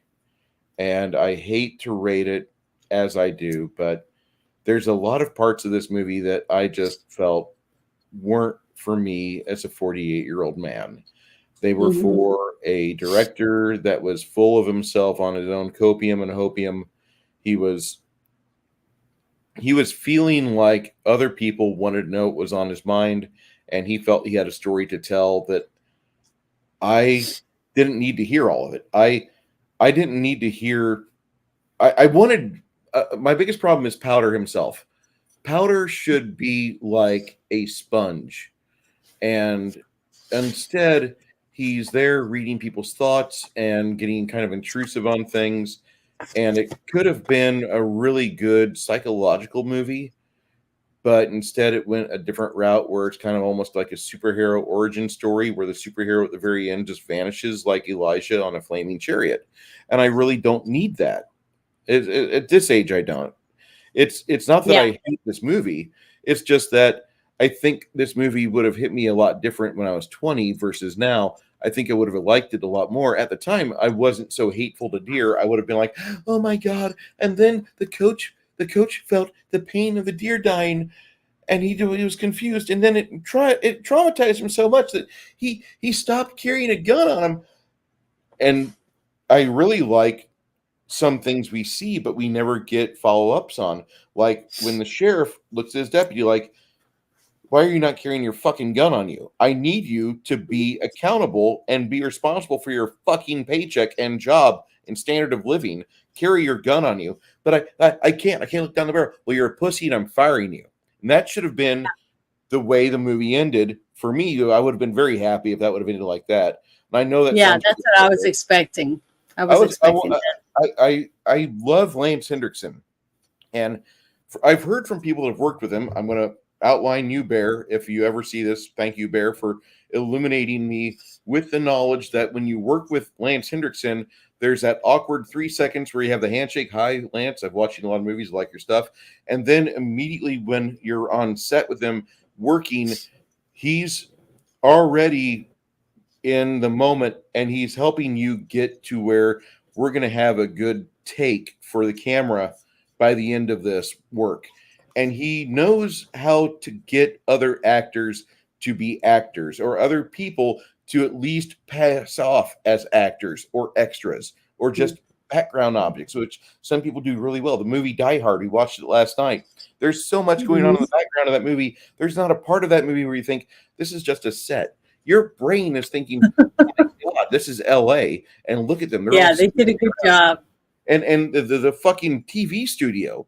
I was sold on the TV studio from the first time I've seen it till now. I've never thought that is not a TV studio in the 1980s, because Die Hard does it right. There's not a part where you think like the director is out on a wackadoodle mind job, like this guy, Victor Salva, and he's wanting to tell his story or his truth or whatever it is. And I'm 2023 in the verbiage, the disgusting verbiage out of my mouth, talking about a 1995 movie that I would have probably liked in 1995, but in 2023 on a rewatch, I know I would rate it low.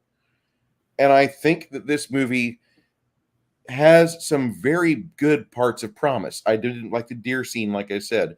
I loved watching the young boy help the sheriff get the answers from his wife and be the bridge so they could communicate before she passed. And even better, the congrats to the scriptwriter for giving us, and that's Victor Salva. He gave us the part where the sheriff was confronted with his son and they had a chance to be together. And Lance Hendrickson, I'm pretty certain Lance Hendrickson, once the kid was there, he just said, we don't really need to talk. We just need to cry.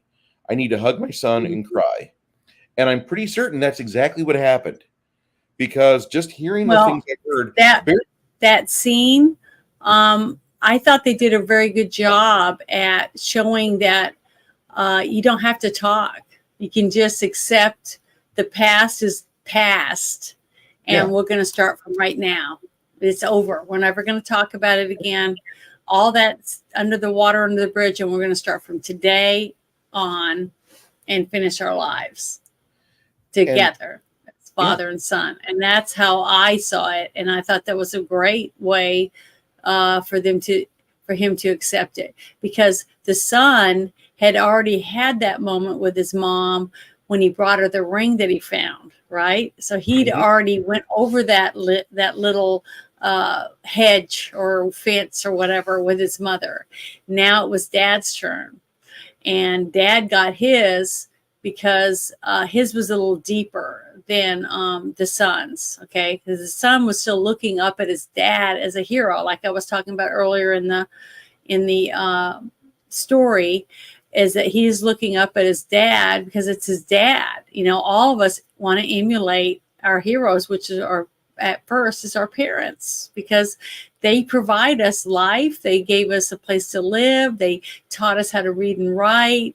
They taught us about our first love, first time we ever get hurt, things like just all the things about life, fishing, baseball, your first, baseball card collection, or any of those things.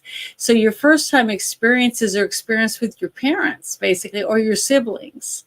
And the fact that he didn't have a sibling, it was just his dad and his mom, the experience of them two digging through the snow together. She was trying to get him to understand that the son needed his dad.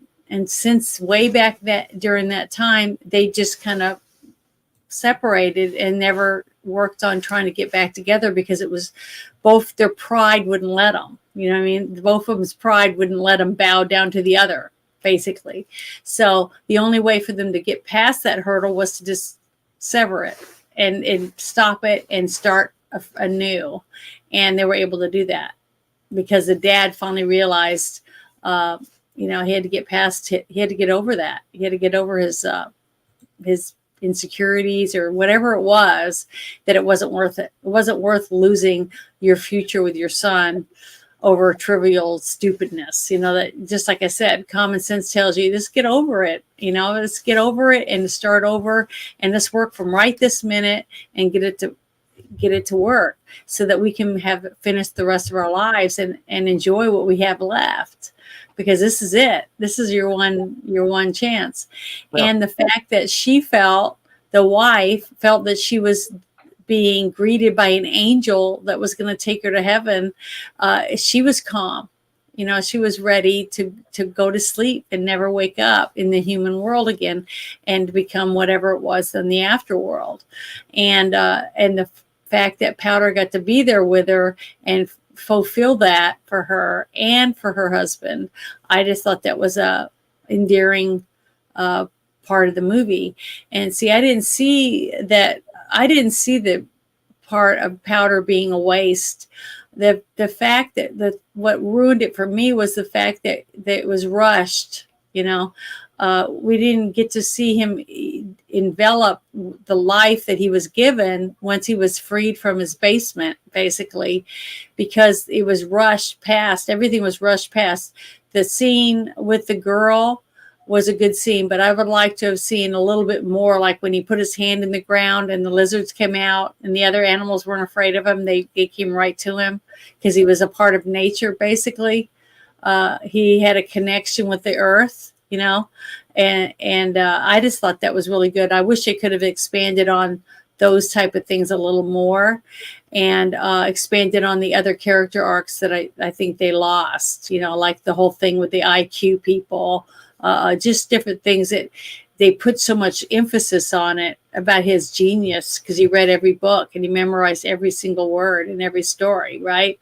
And then when Jeff Goldblum's character is talking to him about, you read all those stories, but yet why do you think that they all had human qualities? They were all flawed. He was trying to get him to realize that he was a human, that he was a person just like the rest of them. But because of his life and the way he lived his life, he didn't see what being human was. He never got to experience being a human. And that's basically what Jeff Goldblum was trying to get across to him, but he was still a child. You got to realize this was a teenager that never experienced life. He only had this small little, it's like taking a kid and putting him in a snow globe, okay, and shaking it once in a while, and him getting to see the awe of the stories or whatever that were flowing around him. But that was it. That was his whole life, right? So, him having someone bust the globe and let him free and let him go out, but he didn't get to experience very much because he was bullied. People were chasing him. People wouldn't let him expand. Okay. And basically that's what I thought was going to happen at the end. I thought the IQ people from wherever they came from, the big giant universities or whatever, were going to get together and say, hey, we've got a genius here we've never had anything like this. This person could teach us so much about the space-time continuum or whatever you want to put in there, because he was that was him. And all that was just wasted and pushed out, because the director wanted to see this ending, and that was it. And everything else was like squashed down, and it didn't develop because the director didn't want you to see that. All he wanted was to get you to the end and his vision of him becoming pure energy, basically. And to me, that hurt the movie really bad. It took all the human qualities that you thought he was pushing, because he was trying to show you how you should be more compassionate and how you should love your neighbor and accept people, whether they're perfect or not. That type of story that I thought he was trying to push, he ended up just pounding it in and then showing you an explosion at the end of him becoming energy. And it meant it didn't have the same purpose and meaning at the end because he rushed you to the ending. You know what I mean? So to me, that's what hurt the movie the most. It wasn't so much the actors, because the actors I thought did a good job for what little amount of story they had. And I thought the visuals were really good. The fight scene, like with the water, mud puddle and stuff, I thought was really good. A few things like that, but nothing was elaborated enough. I mean, they went through all the trouble to make all these scenes, but they rushed through all of them to where you didn't get this full effect of it like you should have. I felt it was just rushed because the director was pushing you through so quickly that it was like taking you to a haunted house, but dragging you by the hand through the whole thing. So you're missing almost the whole thing. So all the work all the detail that was put into the haunted house, you missed all of it because you were rushed through. So you missed it. It's like going through a museum and just saying, oh, here's the beginning and here's okay, thank you for coming. You see what I mean? That's how I felt. I felt like this movie was really bad. At the very end, you got Victor Salva. To me, I would give it a 6, simply for the fact, and the 6 is all for the actors. That's who deserves it. All the people that worked hard on this movie to try to give you a story that the director took from them.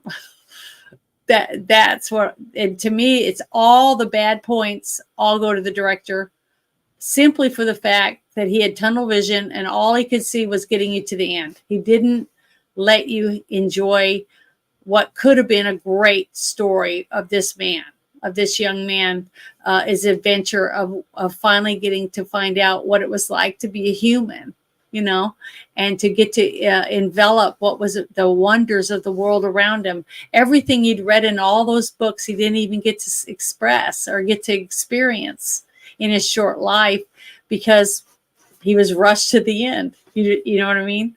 And to me, that was a sad way to end a movie because you didn't get to experience any of it. Even neither did we. We didn't even get to experience watching it because the director took all that from us. Yeah. He rushed us all through it to where we didn't get to experience and feel what I felt we should have been able to feel from where the story was supposed to go.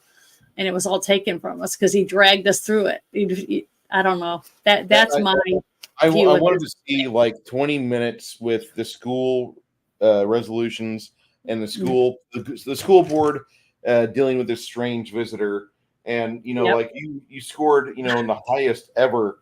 And Jeff Goldblum in 1995, he hadn't completely nerded out yet and convinced us that he is the nerd that will save us in Independence Day. No, he was 1 year away from it, but he's playing a science teacher, and he could, like, a little bit of a discussion with the director and the set choreographer. He's like, I'm a nerd, so I want to give me 3 minutes with this guy, and let's talk about what talents he has and what we expect out of him. And we were shorted throughout this entire movie. You're right. I mean, that's why I gave it a 55 out of 100. I do not change my score on that. I think that this movie could have done some really fun things. I don't need the romance thing to happen as much as I do want to see Powder. Well, see, to me, he was too young. They were both too young for that. Very naive. But that was his first kiss. Okay. So it was everyone remembers their first kiss. I don't care who you are. You're going to remember the first person you ever kissed and how you felt when you did that. The butterflies in your stomach and your palms sweating, and all those different little things, because it's a traumatic yet wonderful point in your life to get to feel the emotions and the flutter of your heart pounding and the thought of what could be, when you get your first kiss.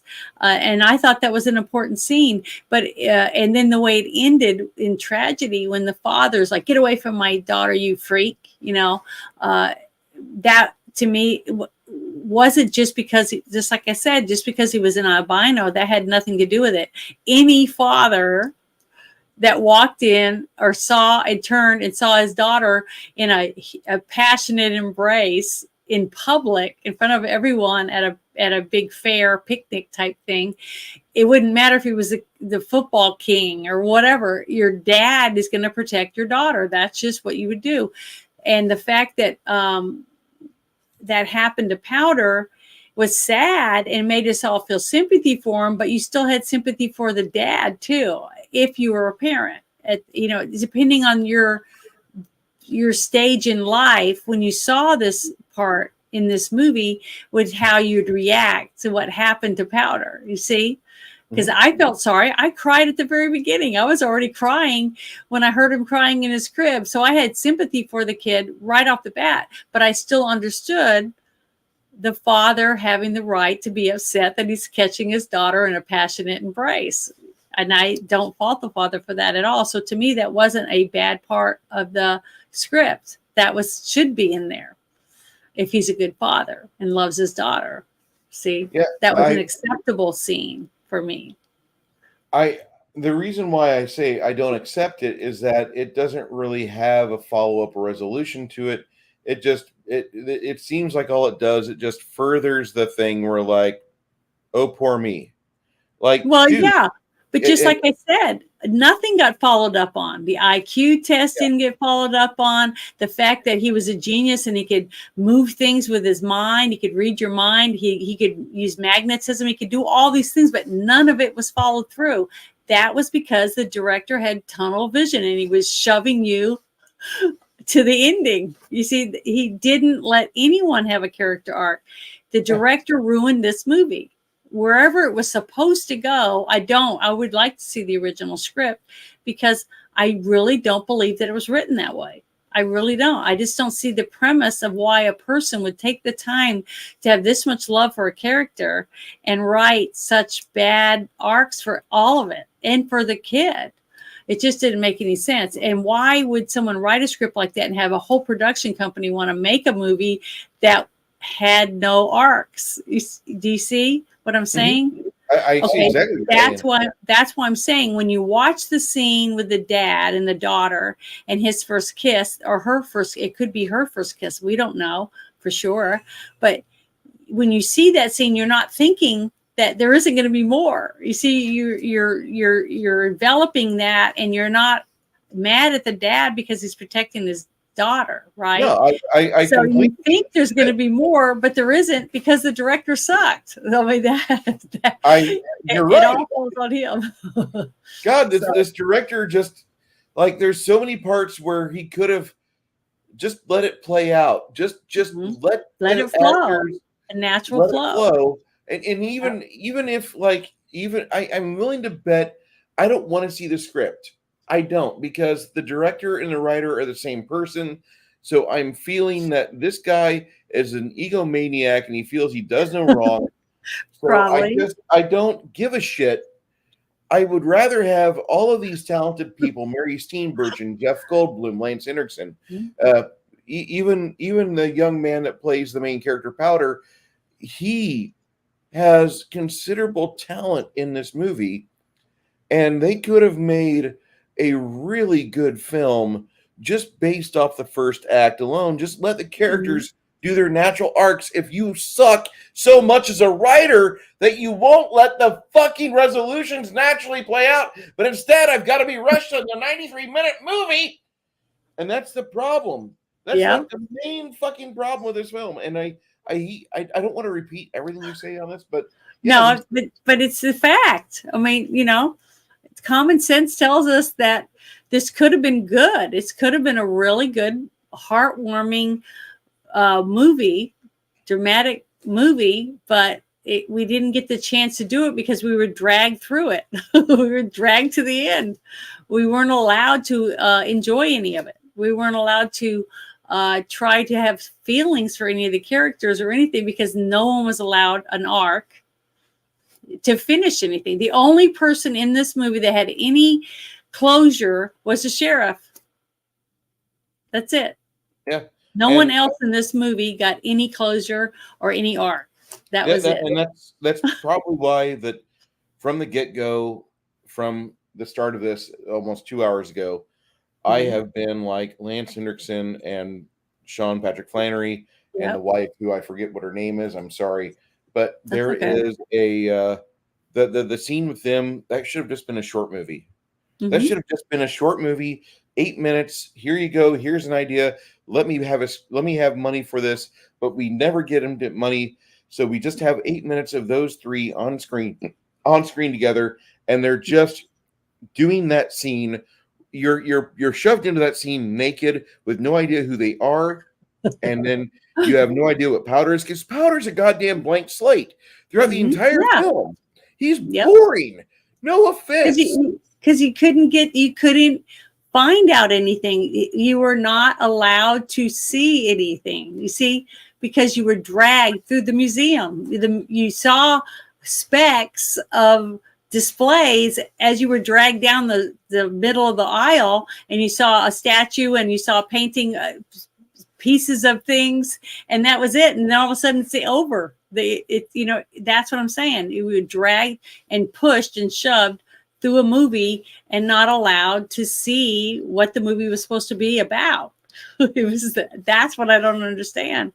I've never seen that happen in a movie before. I've never seen a production company put money out for all of this. That's why I'm saying I would like to see the script. I really would, because the script that he submitted to get the money and the actors and the sets and all the things paid for couldn't have been the story that we saw, that we were rushed through, because there was no way a production company would pay for that. I just don't see that they would.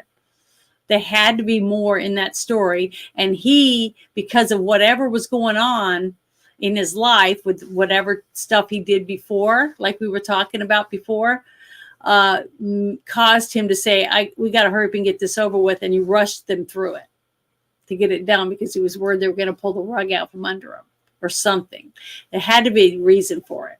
But it was a selfish reason from what I could tell, because he was only worried about himself and not worried about all the people that were working on this film that had a direction. And why would Mary Steenburgen and these other good actors take a story, take a script and read it and say, oh, this is fine. I don't care if I ever reach my climax. You see what I mean? They wouldn't. That's why I'm saying I know there has to be more to it, because there's no way these good actors would want to be in a movie that had no arcs. It just doesn't make any sense. That's why I feel like the director rushed everybody through it, because he was trying to hurry and get it over with before they took it from him, because they knew that when they found out about him, they were going to take it from him or something. I don't know. All I know is it was rushed. We were pushed through it, didn't get to see the movie that we should have been able to see. That's what I'm saying. That's how I envisioned it. And then if you hadn't seen the movie, you wouldn't understand what I'm saying, but you guys saw it. And if you think about it for a little bit, I think you'll understand what I'm saying, that somehow I just don't see why a person, when you read this book and you're reading the premise of a book, you're like, man, I want to read this book because it sounds really good. Why would anyone want to be in a movie once they got the script? Because most actors are handed a script and they read it. Right? They read the script, so they know what their part is, what their character is going to be doing. And if I read a story that someone gave me and I'm doing this, that, and the other, and then nothing happens, why would I want to be in it? I wouldn't. I would say, it's okay, but nah, you can find someone else. Unless they've got paid really, really big bucks.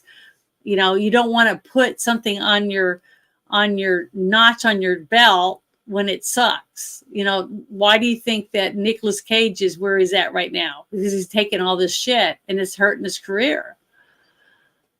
But most actors don't want to take a shitty movie because it hurts you in the future of getting better movies. That's why I don't believe that any of them would have took a part. Now the young actor that played Powder and some of the younger guys that were in it might have taken it because they were new and they just wanted to get into the business. But the other well-established actors, I just don't see them taking a part in a movie that has no art. I mean, I just don't see them wanting to sign up for something like that. Do you think they would on purpose? I just, the more I think about it, the more like we've reviewed some stinker movies lately. Okay. Mm-hmm. Yeah. I'm sorry. We have. But when we saw them as young adults, we didn't envision it the same way now that we're watching it to break it apart and talk about it. Totally different. It changes everything about a movie. Especially if it was already a stinker. We just didn't notice it was a stinker because we were young and wow, whatever. But does that make sense though, what I was saying about when you hand someone a script, why would a person take a script and want to be a part of that, a major part of a movie, when there was nothing at the end? There's no climax. You see what I mean? This just doesn't make any sense. There's not a climax at all. Three big actors taken apart with, well, the one actor that played the sheriff, he got what he wanted out of it. He did a great character arc. It was a very moving part for him for this movie. But the other two, they basically got that. They got the shaft. So I don't see why you would want to take a shaft part. This doesn't make any sense. That's why I think the script that they ended up getting wasn't what we saw on this movie. Yeah, I really don't think so. I think this movie completely just like this movie. The more I talk about it, like I want to drag it down to a 45. Yeah, it's a bad. It was done bad. It's a 40 out of 100. The more I think about it, the angrier I get because, like, yeah, because I think it's wrong. You have a bunch of money. Mm-hmm. You have a large sum of money, like 10 million, which they got, and they tripled the money on the box office. Not on not including DVD sales. There was a big this was sales on this. Years ago. Yeah, 1995. It was on VHS DVD. It was in that transition period. 1997 is where I think DVDs outsold VHS. But I really got to say that, like, this movie tripled its fucking budget at the box office. Mm-hmm. You know how Disney would kill for that right now? I mean, granted, Disney. Yeah, they'd be happy to get that. and man, Nerdy Ogre out of the park. This right here, sir. Mm-hmm. For those 4 actors, the paycheck was probably a motivating factor for this. If it was a shit part, okay, which it could be, because you got to remember Jeff Goldblum was in Earth Girls Are Easy, okay, he knew where that was going. But I think he took that part because he liked Gina Davis. That's why I think, and he was probably got paid pretty good. But that's the movie that got them together, and that's the one that was. I think she said that was probably the most enjoyable part of her life. Was when she was with Jeff Goldblum. She did Earth Girls Are Easy, then she did The Fly, and then she got some crap in her head, and she went with Remy Harlan, which he's a thief. But yeah, I'm not gonna diss on Remy too much because, like, he got saddled with a raw deal. Not Gina Davis, you bastard, but you did get screwed out of what could have been a good legacy for a good pirate movie, and it is a very fine pirate movie. It's not the best pirate movie, but it's a very fine pirate but it was way better than I thought it was ever going to be, because I heard it was the worst movie ever, of all time. And it's in the Guinness Book of World Records for the biggest bomb at the box office. So who would think it would be good, right? You know what? That's bullshit, because it's not the biggest bomb. It isn't. No, it's see, not that's anymore. What's sad.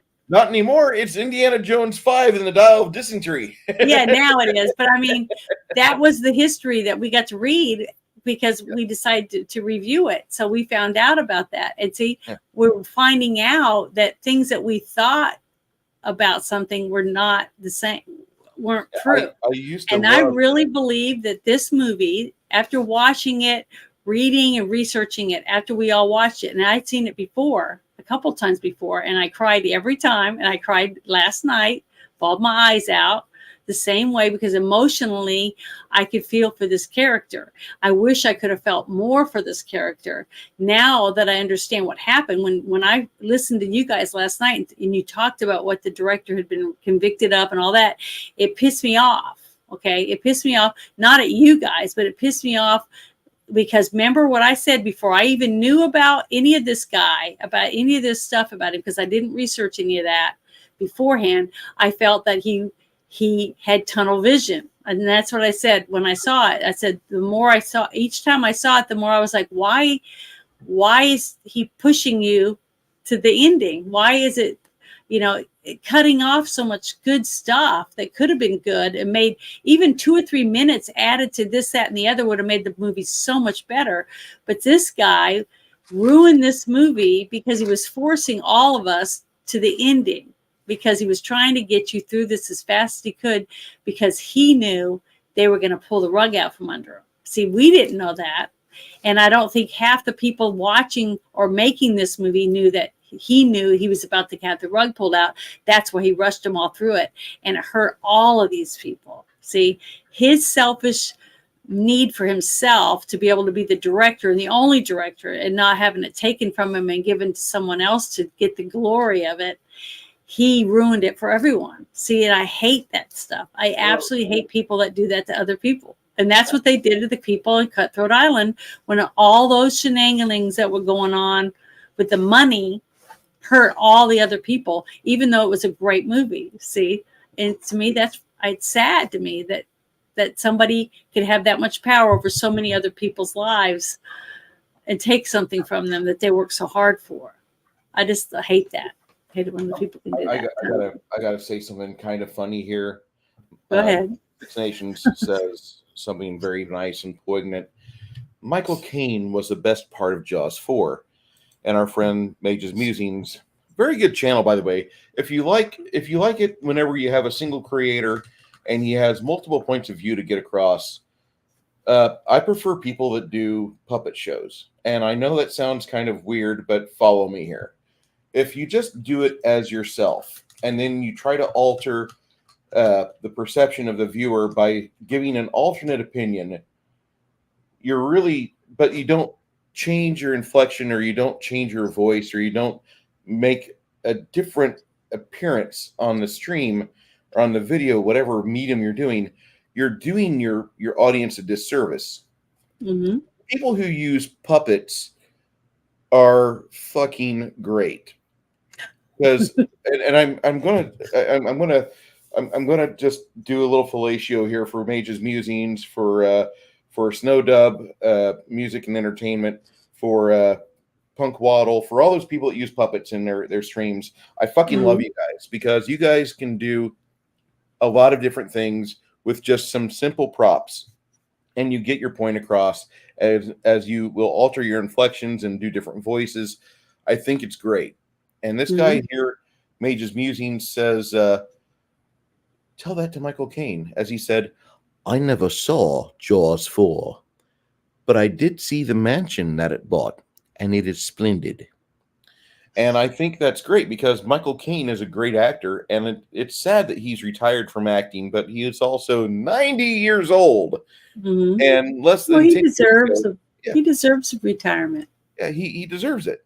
And he also did a movie in his 80s called, I think it's Harry Brown, which is kind of like a Death Wish for UK people. Like Death Wish 3 was filmed in the UK. I know we've talked about this movie here and there. We'll do a Death Wish 3, I promise you. Not right now, though, because if you look on our upcoming streams, I added in February 2 movies, which I feel are very important. First of one being Blast from the Past from 1999. I made a mistake on the year. Sorry about that. Brandon Fraser, Alicia Silverstone. And then I added for the final Monday of February 2024 is going to be Romeo and Juliet with Olivia Hussey and Leonard Whiting, which looks like a really good film. Thank you, Six Nations, 31 Kings, for that. She is a babe. Okay. those people that do these puppet shows are fantastic because they can provide a lot of different context with the different voices. And I think that's really important, especially when you're trying to get different views across. You're not just trying to do an op-ed piece in front of your computer with all your kids screaming behind you or your dog in your arms, whatever it may be. The puppets allow you variance, and that's very important. It's very important to have that. More people should do that. Thank you, Mage's Musings, for allowing us to have such good content from you.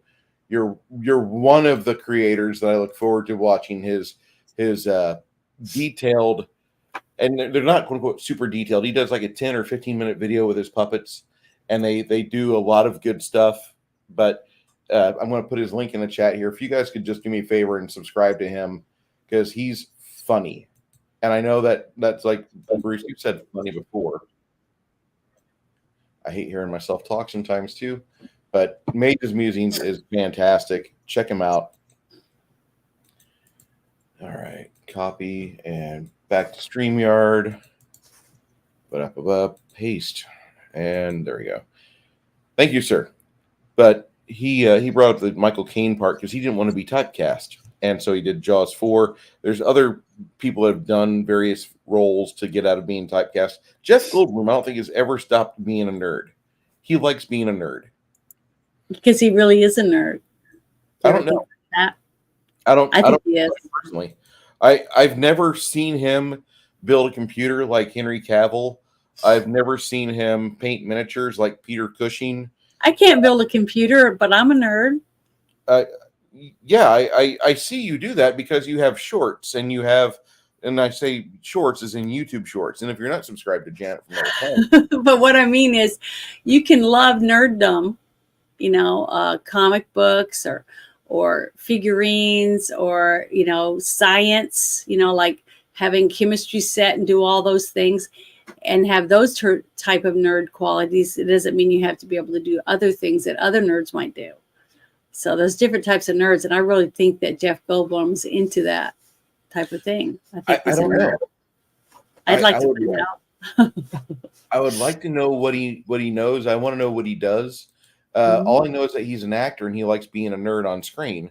I want to know if he does Sheldon style things from. You know how he does that nervous thing with his hands? He's he's got like a nervous tick or something when he's acting and he's doing his hands and he's just very aggressive,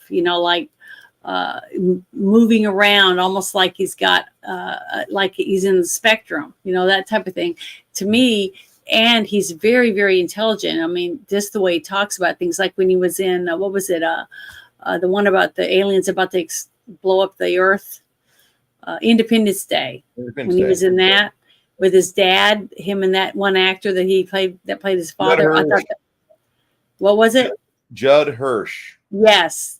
See that they played so good off each other, but to me that right there told me he was a nerd. the whole everything he did in that movie, he's a nerd. I would bet money on it. I would love to find out more about him, but I really think he is a huge nerd.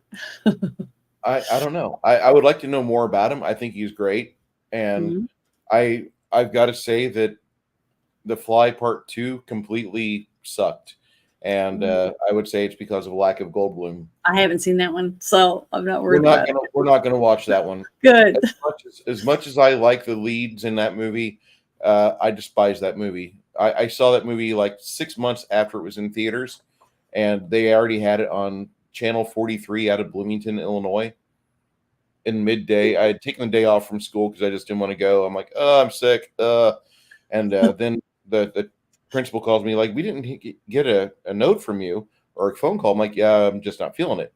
I'm not feeling well today. She's like, well, you need to call. And I'm just like, we're talking now, right? She's like, yeah. I said, I'm 18. Can I tell you that I'm on the toilet as we speak? And I flushed the toilet, and she's like, you could be just doing that. I said, no. Hold on. Let me have the toilet clear. Give me 2 minutes and I'll explode again. And I'm just not feeling it today. And she's like, no, Bruce, I believe you. Okay, thanks. And then the next day I went in to school and I had my Pepto-Bismol, and I wasn't feeling well, but I just really was not feeling well. And I stayed home that day, and I happened to see The Fly Part 2. and that movie is marginally they're about the same. Mhm. There's some potential in the movie, but it's not realized, and that's the problem with this film here. I don't mean to drag out the stream any further. I love you guys for being here. Yeah, I we really do. appreciate it. The price. I like the movie from. We always appreciate you guys, Yeah. because without you guys, we don't have a show. I mean, So, me and Janet would talk anyway, but yeah, we it's do more- anyways. it's more enjoyable that you guys give us a focus, like, and you also throw things at us like, hey, Bruce, watch this movie, and Six Nations 31 Kings, appreciate you, man. You're always there with us on Sundays. Flady, if you're still here with us, sir, just throw a letter in the chat. And I know Mhm. Flady is doing some stuff. He's wanting to get his channel started. He's got very little time to do so, and I've taken some of his time every other Saturday, along with Six Nation 31 Kings and Crafting Gamer, and other people as well are involved with my Well, game. I would help him if I thought I could help him. I if Flady, if you're out there, if you want help, Janet will be more than happy to do what she could for you, sir, and get I'm you. not very good at computers, so I barely can get through some of the stuff I try to do. She's good with communication. Communication's her strong point. I really, boy, I feel this one. I'll take Army of Darkness over Phenomenon, Powder, and K-Pax at the moment. I could use some shimp shenanigans after visiting Salva's It's like, actions. Prove it. For those of you who don't know what the shimps are, when they made the first Evil Dead movie, they did primary filming at this little cabin, and then everybody kind of broke and they went their separate ways. But Bruce and Sam Raimi were hanging out at the cabin, and they needed to do additional filming, so they would have other people come in and just pose as the actors, and they would have their backs turned, or they would have makeup on, or they'd be corrupted by whatever evil it was. Mhm. But they were supposed to be the people that you saw at the start of the movie when they were normal and untainted. And Yeah. so Bruce and Sam started calling all these people shimps because they're huge Three Stooges fans. Yeah. And so whenever you see references to shimp shenanigans, talking about things like that. Mhm. Janet's new word of the day: shenanigangalangs. Not making peoples at all. Naja, you're more than welcome, sir, and I appreciate you being here. He did a stream with me about 3 weeks ago when I started putting the memberships out, and he was there that night. I was going to go into politics. It's like, can we not do that? I'm like, sure, we can not do that. And we had a really pleasant You conversation. don't want Bruce and politics mixed together. No, I was kidding. Not really. It We gets talk about politics on Friday night. Friday night. That's the night where Because it's a shit show out there. Another fan of the movie Harry Brown, Six Nations, is like, I love that film. It is a good movie. I feel that's one of the better films that was done in the last 20 years that Michael Caine did. And I love the Chris Nolan Batman films he did. I think he's just a consummate actor. He's a professional. Mm-hmm. Classic Romeo and Juliet, so long as it's not that awful Baz Luhrmann one. No. This Romeo and Juliet is, let me find Olivia Hussey again. Hold on. Go back. Romeo and Juliet, 1968 film adaptation. No, I went back to the Wikipedia about that movie. I don't need that. I need the. Oh, anyway, we're going to watch that movie from 1968 because I just realized how much of a babe she is. And wow. Which Never- movie? Romeo and Juliet be the Oh. final Monday in February. You have 2 movies in February. You got to set me Well, up. for. yeah, you should have that near Valentine's Day, don't you think? It would be, but Blast from the Past is more important. I know how the ending is of Romeo and Juliet. I'm pretty certain everybody in the chat does, but some of them have not seen Blast from the Past or forgot about it, and it'll be available for them to watch the Sunday night before in our Discord, where all they've got to do is just get in and sit down and enjoy the movie. I I think that's a fantastic Valentine's Day film. It's got a happy ending. No offense to Romeo and Juliet, amazing love story, great film. There's Well, been as long as it's in February, it you is know. it is it's the final February. It's like the 20 something or other. So it's killing off February No, no, no. with the death at the end. There's two movies left for you to choose for February. Okay. So you choose those. What are we watching for next week? You have three I other want to watch. I'm trying to remember. Nefarious. I think that's what it's called. Nefarious. It's one of his newer movies, but I haven't seen it. Remember, Okay. neither one of us has seen it, but it's You know, we may John have to Patrick Flannery. keep that one on standby. We might actually watch. We might actually watch Boondock Saints while I try to get a reliable copy of that. Okay, because we can do it in order of how he filmed them. You know what I mean? Sure. Because we could do the Boondock Saints, and then what was the other one? Suicide Kings, Suicide Kings would be first. and then watch Nefarious like that in that order. That would be fine with me Okay. because that's Well, in succession as you know. Because Powder was his first movie, Suicide Kings is a fantastic movie, and I haven't seen that either. But I like it, Sean Patrick Flannery. So okay, Suicide Kings is one of my that's a great film. mhm. It's God, there's like there's like an edginess about it that very few films really get good with. Like I'm going to put it in the same slot as like Rounders or Reservoir Dogs because they're really good Mhm. 90s dramas, and I think Suicide Kings fits right in there. Hey, Jackie Blue, how are you tonight?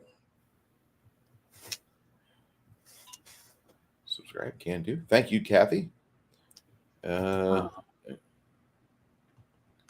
Mage's Musings, I'm wanting you to get large, man. You know who that is, right? Who, Kathy? Yeah. Yeah, that's Sis. Yeah, it's another sister. Okay. Yeah. So she knew that, remembered that. Yeah. Dungeon Minister is another worthy sub. Dungeon Minister is amazing. He's a very good guy. I wish I had all 24 hours to spend in front of the computer and just do streams with people, but I have to discover toilets and like try to get them to flush again. Well, maybe one day, once your channel gets really big, then you won't have to do that anymore. You can just do this every day. Yeah, no doubt, right? Before we leave, we're going to watch the Suicide Kings for next week. So if you guys want to watch that with us, swing by the Discord channel and more than happy to accommodate. Looking forward to seeing this movie again. I have the DVD behind me, and this is always a fun movie to watch because you've got Chris Walken. Can you share your Discord in the chat real quick? For anyone who wants to watch it with us, it's a lot of fun. I mean, we just sometimes we sit around after the movie's over and bitch and moan about it or talk about what we loved about it or whatever. Because you know it's like a free forum, so we can just all discuss things because it's nice to discuss because you might that's how I found out about what the director had done before he had made this movie that we watched. I didn't know anything about it, and if I hadn't been there to listen to what other people had to say, I wouldn't even have known enough to even look it up and find out about it. So you never know what you can hear, and because a lot of people might have seen it or somebody might not have seen it. So it's nice. I like having it. I think it's really good to have a good group in there with a bunch of different opinions. It makes it a lot more fun. And I do want to say that if anything should happen ever on Discord to where Discord and I separate, like what YouTube and I would separate, I'll go to Rumble and I'll be there full time. And then as far as a community hub, I'd be using Gilded, which is just another thing like Discord. It'd be another download for you. I'm sorry, but Discord is okay. It's so is Gilded. Discord does not have friendly policies for people that like free speech that much. However, Gilded is still getting itself up to speed. It's behind Discord about 4 years. And I really do like Gilded. I like how in Gilded, the things that I want in Gilded are there behind in Discord. The things I really want are behind a paywall. Mhm. So that's the one thing I will say in its favor. I'll bring my busket, says Six Nations 31 Kings, and that is how we will end tonight's stream. Janet, actually, I'll end it with your final words. Just if anybody's interested, Friday night, Bruce and I, we do the Friday night shit show over on my channel at 9:10 p.m. Central. If you want to join, and we never really know for sure what the show's going to be about, because normally we talk about whatever shit's going on, the week before Friday. So any shit that hits a fan worldwide or just in our country is what we usually talk about. So it's like a free for all, basically. Since I'm not monetized, I don't really care. So we talk about what amuses us and we enjoy it. So we enjoy laughing at our government and stuff like that. God be here over. So, thank you, yeah. everyone. Sorry, go ahead. Thank you Janet. for coming. We'll see you next week. Good night.